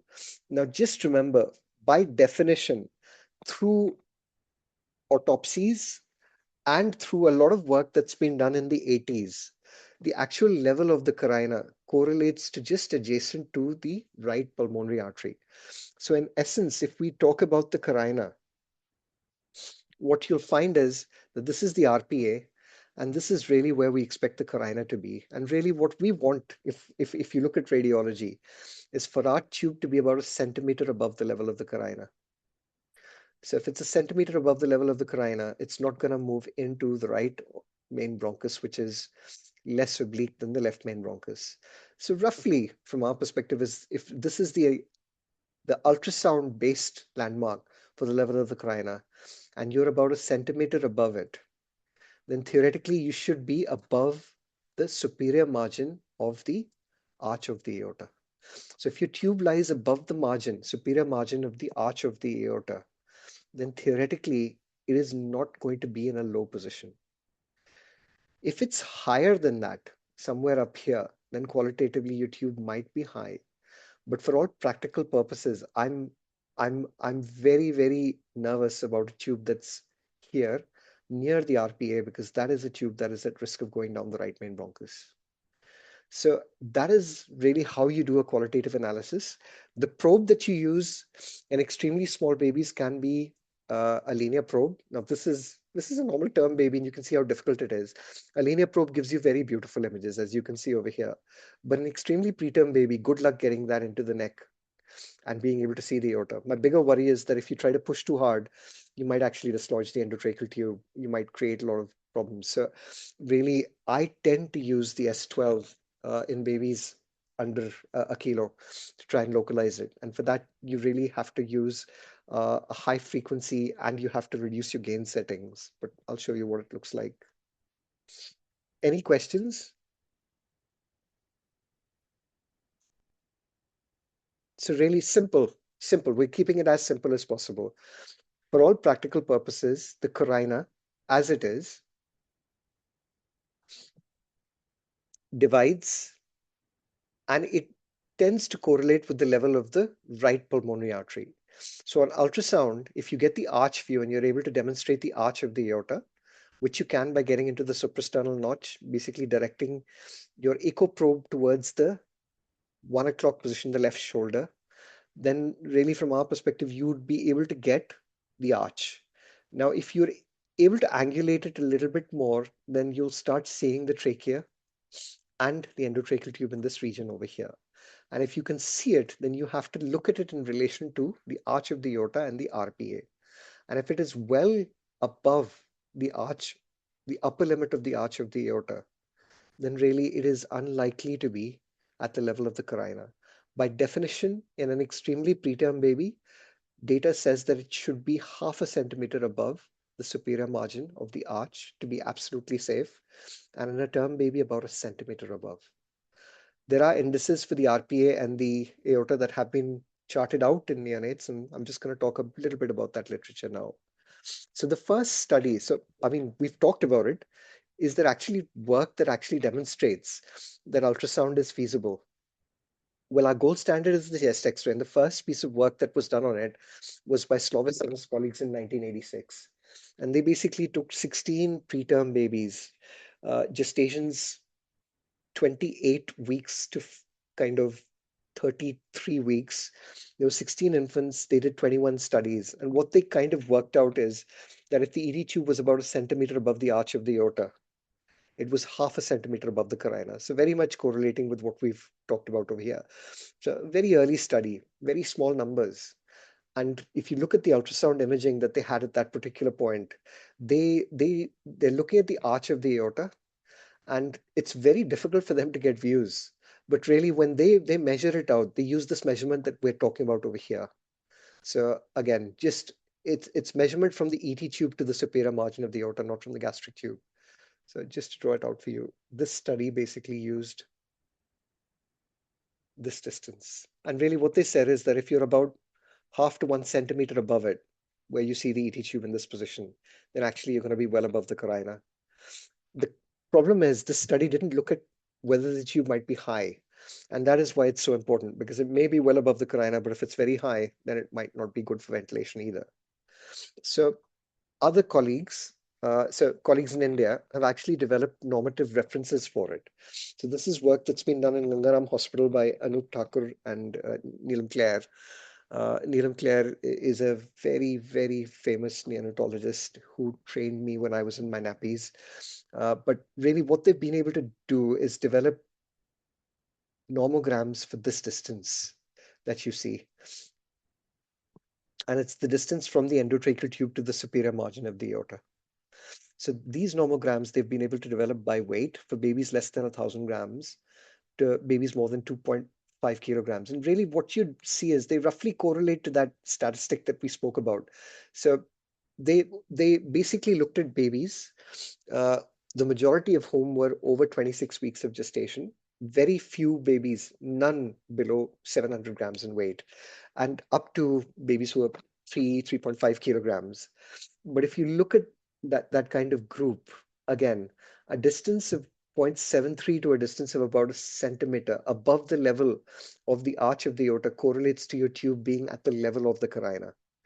Now, you could be more accurate and use this nomogram, but in reality, I would say that getting such measurements can be very, very challenging. It's available to you. This presentation is available to you. All the articles are in the group. But how did they do this? So really what they did was all the babies, they took about 160 babies and they did x-rays on them first, immediately after intubation. They excluded the babies who had high tubes and low tubes.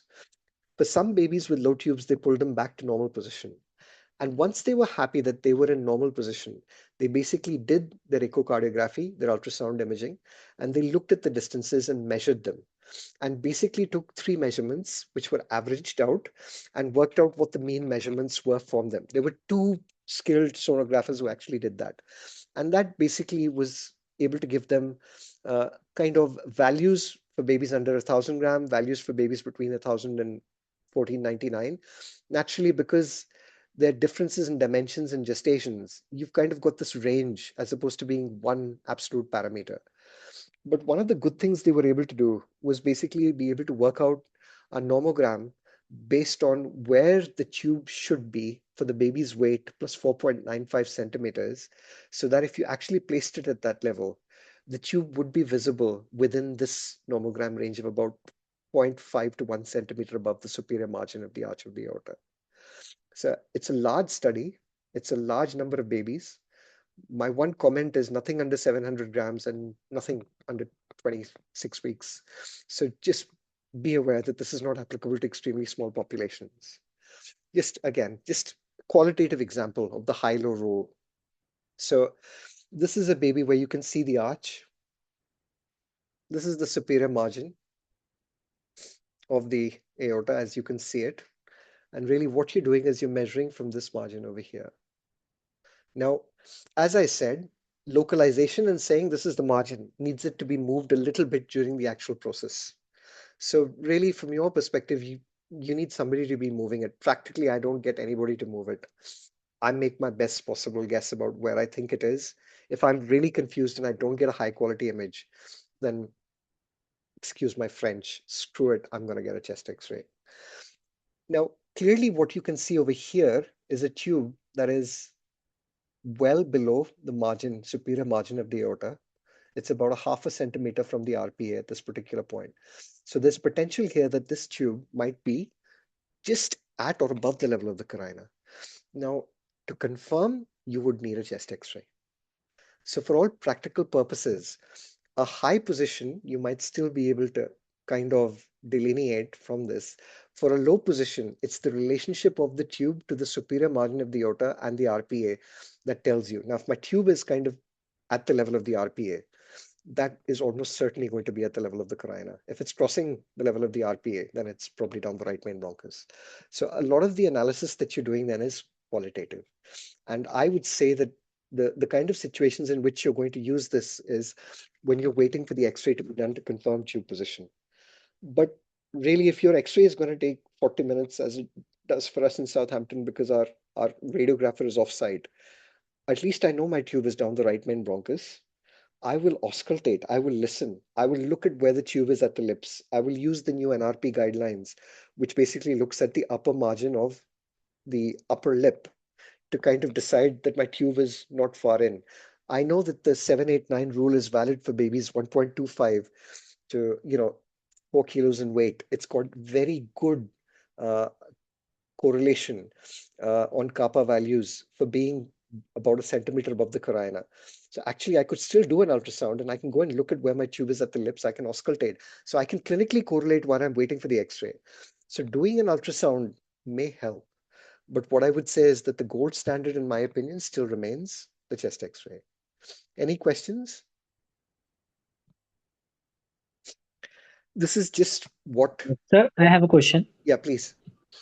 Yeah. So, using a phased array probe is always more convenient for such small babies. Like, I have personally never used a linear probe. Yeah, you can use it. I'll show you. You can use Okay. it. You can use it and you get good images. You're not going to get images like this. This will answer your question. So this is a linear probe, and this is the quality of the image you're getting with it. Whereas when you use a phase array probe, this is the quality of the image that you might be getting. Can you see the difference? So really, from our perspective, I'm going to be honest, our S12 is not great. The Philips S12 is beautiful. It gives us beautiful images. But, what I would say is that with time, as you get more experienced, once you've scanned about 100 babies and you've looked at their tubes with a single probe through image optimization, you get a better feel. You will always clinically correlate. I would not blindly put a probe on a baby unnecessarily to look at tube position unless it's clinically indicated. And if I'm worried about it based on my use of the phase array probe in this imaging, I would still go back to looking where it is at the lips. Has it migrated back or in? Use the existing kind of nomograms that teach us where the tube should be at the lips, and I will clinically correlate before I make any changes to the position. Does that make sense? Okay. Yeah. Thank you, sir. So just limitations about the normative data we had discussed, and this is just why a phase array probe is not as good as using a linear probe. So this is just a piece of work that's looked at a linear probe between 26 and 34 weeks of gestation. They used a frequency of 13 and they get absolutely beautiful imaging. And again, they came to the same correlation. They used the RPA. And what they said is that if you're relatively about a centimeter above the level of the RPA, because your carina will be here. So if you're about a centimeter above that, you should be well above the carina, and you should be a centimeter above the carina. The thing that you have to be careful about is this angle correction that you might make a mistake with. And that's why it's really important that when you place your probe, it's placed appropriately and you're getting the arch view like this. Your arch is not coming like this or upside down. Because if you're seeing the tube in a different position, then actually these measurements might not be correlative and the risk is you might make a mistake. It is not easy. And I strongly recommend that I would not willy-nilly start using this tomorrow just because we've kind of had a look at how to do it and read the literature. It does need quite a bit of work.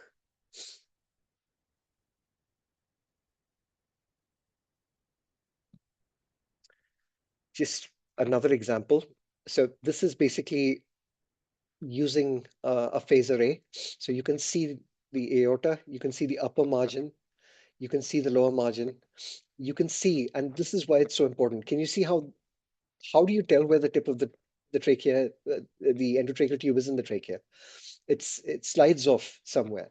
So in situations like this, the advice that's been given by the people who do use it, my colleagues uh, in Iowa and my colleagues in Paris, is they will get their respiratory therapists or nurses just to move it 1 or 2 millimeters so that you can localize the tip. And you're looking at this distance. This is a really nice study that's been done, which basically looks at its correlation with the RPA and really where the tube should be placed. It's part of your actual drop box. And what it's basically saying is that if you were to use this method, which is a study that's been done for babies between 23 and 41 weeks, babies as small as 520 to 4 kilos. The largest study that's been done in babies who are extremely preterm and babies under 26 weeks.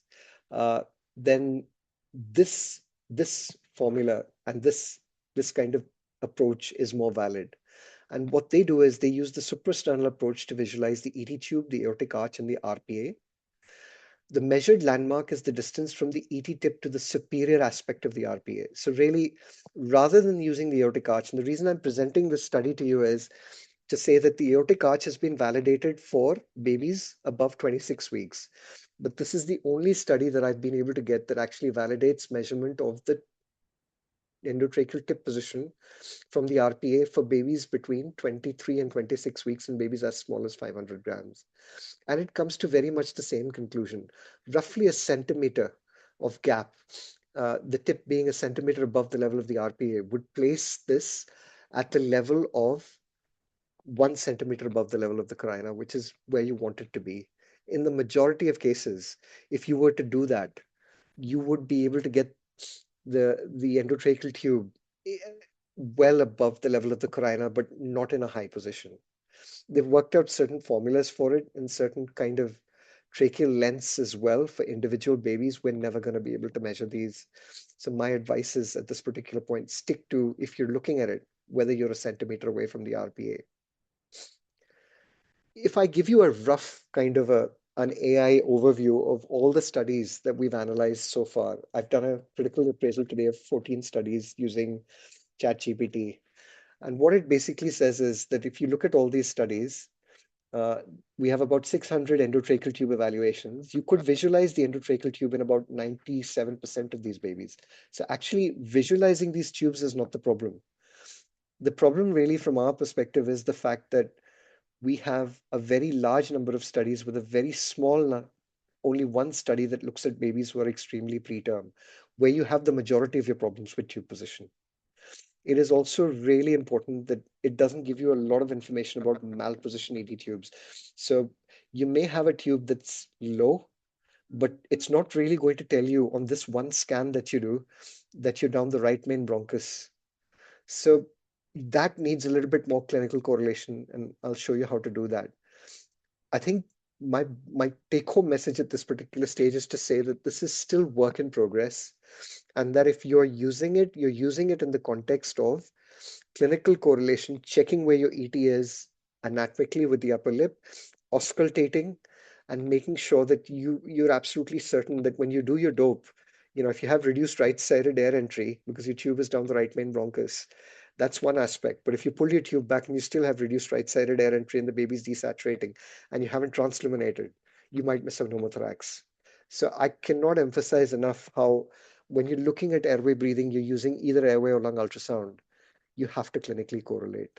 And that brings me to the final part of the session, which is the clinical approach. Okay. So this is a workshop now. In the next 15, 20 minutes, I'm going to talk to all of you. So who am I going to pick on today? Okay. Naman, can you hear me? Yes, sir. Okay, brilliant. And Suzanne, can you hear me? Okay, Suzanne might not be there. So, Yes, oh, doctor, I can hear you. brilliant. Okay. So whenever you have a baby who's acutely desaturating, this is kind of the approach I take. So I do airway breathing.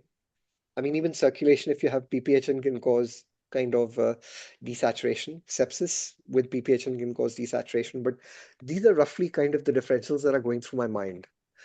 Other things, if you kind of have a vein of Galen malformation giving you severe PPHN, and you've excluded all these causes, and you can't saturate a baby who has kind of some mild to moderate difference in the pre and postductal saturations, and you can hear a large bruit over the brain, then really from our perspective, if you start nitric in this baby without kind of excluding a vein of Galen, you can make things a lot worse.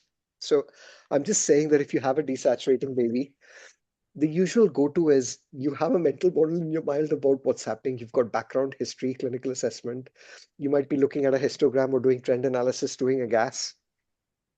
But really, acute deterioration in any intubated baby or even a baby on CPAP is about thinking about dope, and it's dopes now. So then once you've doped him, you make a differential, you get a chest X-ray, and then you might want to do a lung or an airway ultrasound, and you're looking at pre and postductal saturations. So you're happy with this model, both of you? Yes, sir. Okay. So let's look at this case. So I have a preterm baby, 24 weeks of gestation. He's been ventilated for 2 weeks. Okay. The history is that this baby delivered in a setting of prolonged rupture of membrane since 18 weeks. The baby was very sick, came out, was intubated, was in 100% FiO2, was on conventional ventilation, ended up with 2 doses of surfactant within the first 24 hours, really smoldered, ended up on quite high ventilation settings with nitric oxide in the first week of life, was oscillated, had a rise in CRP to 27, and was treated with antibiotics for 10 days. Started improving towards that period, and kind of day 14 of life, I left the baby in about 50% on the ventilator, uh, conventionally ventilated at that time. So improving, CRP was coming down, baby's getting better. So I get a call in the middle of the night at 3 o'clock saying the baby's in 100%. He's not saturating. His preductal saturations are 70, postductal saturations are 65. So any other information that you'd like, Naman and Susan?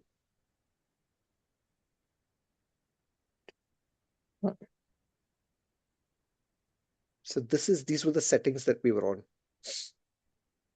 So we were on So 6. the dopes, doctor. I will make sure that tube is in, Yeah, not obstructed. Neonatothorax. I will yeah. do a transplantation. I will check the equipment. I will check the air leak. I have air leak, and I will examine the baby. I will check the vital signs, the blood pressure. Okay. So the And So baby, basically, we have to check yeah, with dope. Like, fine. Okay. So we did our dopes. The tube doesn't appear displaced. You kind of have roughly a little bit of reduced right-sided air entry. You translaminated, it's negative. You did kind of your examination, normal blood pressure. It's not dropped. Arterial waveform is okay, but this is the gas. The pH 8 hours back was a pH of 7.4 with a CO2 of 45, which is about the equivalent of about 7 kilopascals. And now it's 7.09 with a PCO2 of 73, which is about 10 kPa, 10 I will kilopascals. calculate the Mm. oxygenation index also. So he's in 100% with SATs now. They're 65 now. They're dropping even faster. So what do you want to do next? X-ray, just X-ray we did. Okay, you called for chest X-ray, and the X-ray lady is stuck in urgent care. She can't come. So Naman, where do you work? I work at Bombay Hospital Indore, like in India. It's a Okay, multi-specialty hospital. sure. So how long will it take to get a chest X-ray? So it takes a long time, at least Okay, 30 minutes. okay. So anything you can use in the meantime? Yeah, ultrasound. Okay, so let's look at the ultrasound. So we're going to go by region. So this is the ultrasound, Naman. Yeah. So lung in this it looks congested. It's full of like confluent B lines. Okay, fail. Stick to the protocol. How do you interpret lung ultrasound? What do we look for first? Yeah. So the pleural line is like it's bright, it's visible, and the batwing sign. Basically, first we have to look at the batwing sign. Yeah, So it's okay, it's visible, and the pleural line is continuous and it's bright. yeah, Then we go towards the space. Then the B lines are visible, no A lines, yeah. and obviously I have to comment upon lung sliding. So B lines are visible, so lung sliding is present. Okay, that's not the reason why lung sliding is present. You can see lung sliding. You can Yeah, see it move shimmering. from side Yeah, to side. Yeah. Okay, yes, sir. and Yes, it is a full B profile. So when we did the yes, left lung, this is really what we see everywhere. Okay. So yes, do you think yes, there's sir. a pneumothorax on the left side? No, sir. Okay. Do you see any collapse or atelectasis or consolidation on the left No, side? no, Okay. no, sir. So I mean, if you were to kind of 14-day-old baby who's recovered from infection, does this look reasonable, this lung? Good, very bad, very, very bad, okay? For such a small baby, this looks like currently on ventilation. This looks okay. Brilliant. Mental modeling. So why does it look okay? There's no pneumothorax, there's no atelectasis, there are no subpleural consolidations. There's a actually well-established pleural line with sliding. And I mean, this is Yes, conventional ventilation at the moment that you can see. So it's well recruited. It's just a B profile. Now, yes, sir. this is the right side. Okay. Yeah. So what can you see on the right side? Uh, in the again, we can observe in the R1 zone there is a area of bronchogram we can see, and there is a break in the pleural line. It can be a fructal sign. Then So we had a very nice case shown by Dr. Pooja Agarwal, yes, sir. okay, where we had the same confusion. So if you Yeah, look at this image, you've got very there's a nice, break in the pleural line. there's a break in the pleural line. You're absolutely right. I'm just gonna annotate. So you've got pleura intact over here, very similar to on the left side with a B profile extending all the way down. But over here, there's a break. Now, is this a fractal sign? No, sir. What you have marked is not a fractal sign. It's a empty, like basically there's no air. Yeah. And what There. is this area here? This could be a consolidation. Yeah, it is a consolidation. So you have no pleural line in that right upper lobe. So just going Yes. back to it, if I play it again, you basically have atelectasis. What are these? Can you see the static air bronchograms? Star Yes, in the sir. sky And appearance. Okay. So that would favor a mechanical collapse. This still could be a fractal sign. Maybe there's infection as well. We don't know. So what can I do? okay. So what am I going to do first?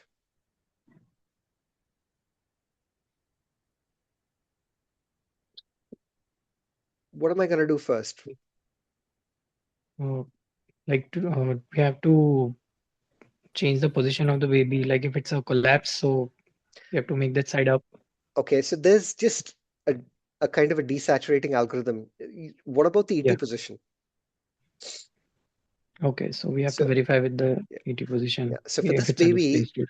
this baby was about 800 grams and the tube was 9 at the lips. Okay. So what are you going to do? Pull it back? Yes, sir. Okay. So once you pull it back, that's the ultrasound. About 20 minutes. Now what do you think? Still, there is a break in the pleural line. Yeah, The collapse is not visible, although, brilliant. but there is a area of airless area basically. So there is a B profile, and actually when you Yeah. look at it, the pleura is established. Your static air bronchograms have delivered. Now, if this was a mnemonic consolidation, would you be able to recruit so quickly? No, sir. So here what I'm doing is I'm using lung ultrasound to adjust my tube position. The question is Okay. clinical correlation. Did the baby get better or not? The baby improved, his saturations got better. So I'm just So it giving was you a an collapse. yeah. So I'm just giving you an example of the fact that your lungs actually they don't look moth-eaten. They're well recruited. What you've got is a dominant B profile, an ARDS kind of picture at the moment in a baby who's recovering with sepsis, where you've got focal atelectasis, which you've now recruited after pulling the tube back. And that's how you differentiate between mechanical collapse that's recruitable or not. Be very careful. So we pull the tube back and we were already on 6 of volume guarantee. Rather than go to 6.5, I took my PEEP up from 6 to 7.5, and then I've repeated the ultrasound to see if there's recruitment. So you may have to decide how you're going to do that. But this is just an example again of using lung ultrasound to kind of reevaluate. And this is telling me the tube is a problem. This is the right lower lobe. Again, you can see actually there's no focal consolidation collapse. This is all localized to the right upper lobe. So it's a Yes, very sir. focal consolidation in lung that looks uniformly quite bad. And this is just another example of it. So what I've done is I've reduced my depth and I'm basically interrogating this area a little bit better. It does look like a classic fractal sign.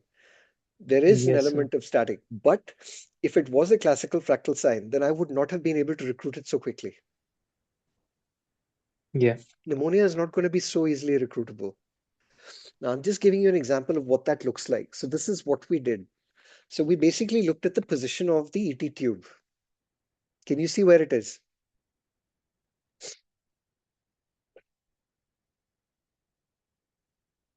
It's, Can you see where it is? yes, sir, it's very low. So I'll stop it for you when I get there. It's almost touching the RPA, like up to the level of. Yeah, Okay. so I mean, the RPA is here. Yeah. With the eye of faith, it might even be lower than that. So Yes, sir. I am worried that this tube is low. Just having looked at the lung, I've gone back and I was able to just remember it may not be easy. If your left lung is hyperinflated, which wasn't the case, it can be difficult to get suprasternal views. So what can you do?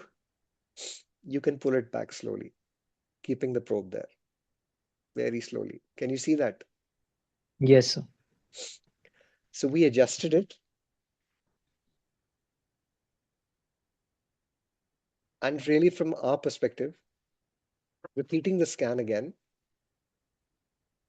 this is basically the view that we got after 60 minutes. The baby's improved clinically. You must always make sure the baby's improving clinically. And yeah, I mean, in this situation, you need to get a chest x-ray to confirm that the tube is okay in its position. But this is just an example of how I'm using airway-based ultrasound in clinical context safely. I'm not using it willy-nilly. So if I use it qualitatively, and if the tube is at the level of the RPA or below that, that is likely to be at or below the carina. This is not going to tell me in isolation whether this is down the right main stem bronchus and whether I've got a collapse. So I will do lung ultrasound, and the lung ultrasound is telling me that actually I have got a right-sided upper lobe consolidation that's mechanical. It's got static air bronchograms. After the intervention, I'm repeating, the baby is clinically getting better. So this is what I would say is very important. And the kind of protocol that you want to use in situations like this is this.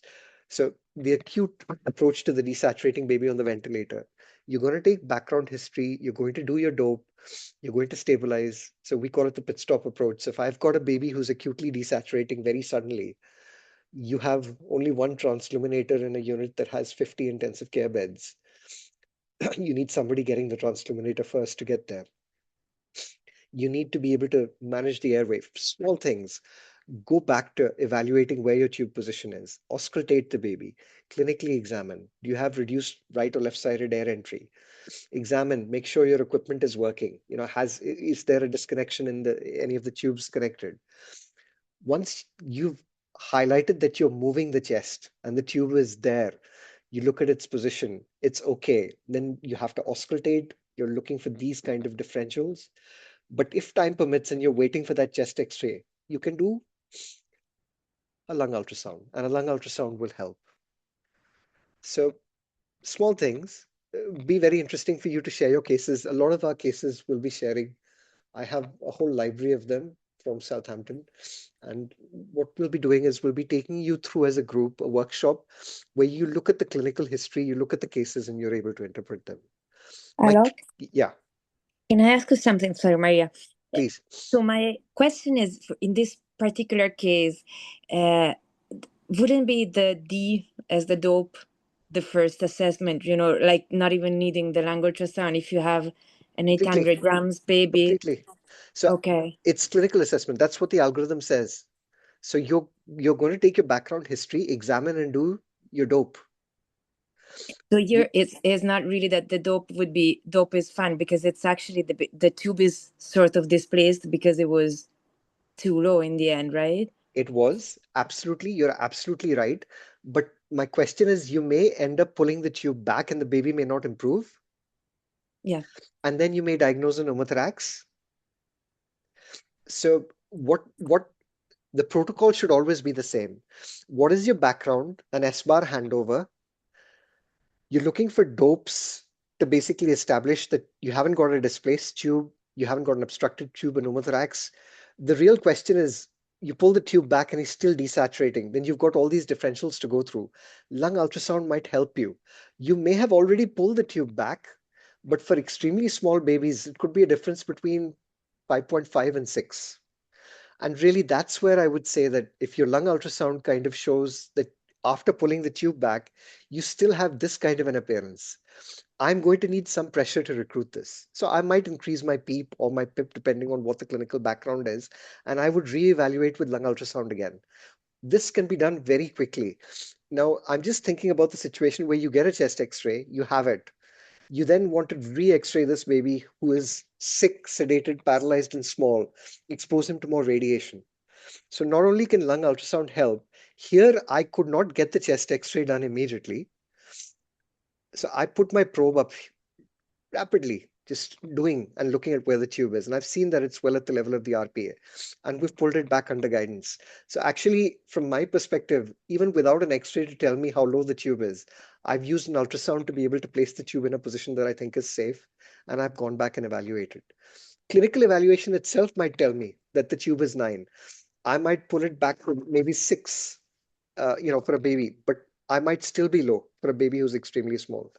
So my only thought is, yes, you can use it, but use it safely. And always, always from your perspective, examine the baby first, correct what you can, resuscitate as you are able. I would not be going into, a situation where I'm pulling the ultrasound machine out without having done all of this clinically first.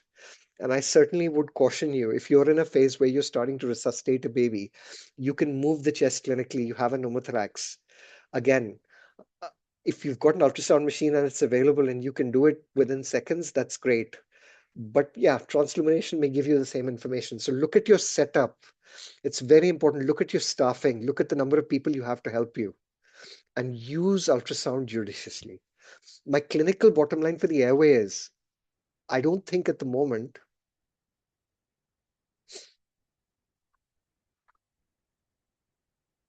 we have enough evidence to say that we should be introducing airway-based ultrasound into practice as a first line. The reason for that is clinical confirmation of the ET tube position would always be easier to do based on position at the lips, based on clinical examination, auscultation. Also, because studies don't currently include large number of babies under 700 grams or 22 to 23 weeks, and also because the existing literature still recommends, if you see most of the literature, the chest X-ray remains the gold standard. But yes, just remember, chest X-ray can be done. It takes time. And in that time, if you can do an ultrasound, it can be used adjunctively. But always do your clinical correlation first. Any questions?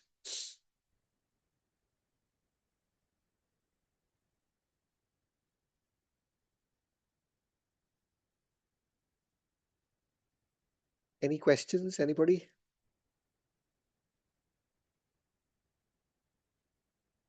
Just remember, tubes can migrate. You may pull them back, but they might migrate as well. So just always verify, re-examine the baby once you've pulled your tube back. Pulling a tube back because it's low and the baby is not improving does not exclude a pneumothorax, does not exclude consolidation atelectasis that can be recruited. Lung ultrasound can help. So that is my take-home message. Thank you, everyone. On Sunday, we have a very important talk, and we'll be talking about respiratory distress syndrome, basically the clinical and the lung ultrasound approach, talking a lot about when to use LISA, the context of lung ultrasound in the context of LISA, when not to use LISA, even with a lung ultrasound, when to kind of think about tubing and ventilating, second dose of surfactant with lung ultrasound scores. What's the evidence? What's the evidence for babies under 32 weeks versus babies over 34 weeks? What about term babies with RDS? Are there phenotypical differences? So on Sunday, we might not have time for a peer review. So what we might do is we might postpone the peer review. I'll be doing individual peer reviews next week on Tuesday and Wednesday. For those of you who want to, there are 6 slots, first come, first serve, and then there'll be slots again on Thursday. So thank you, everyone. Have a good day. Thank you. Thank you. Bye. Bye. God bless you. Thank you. Thank you.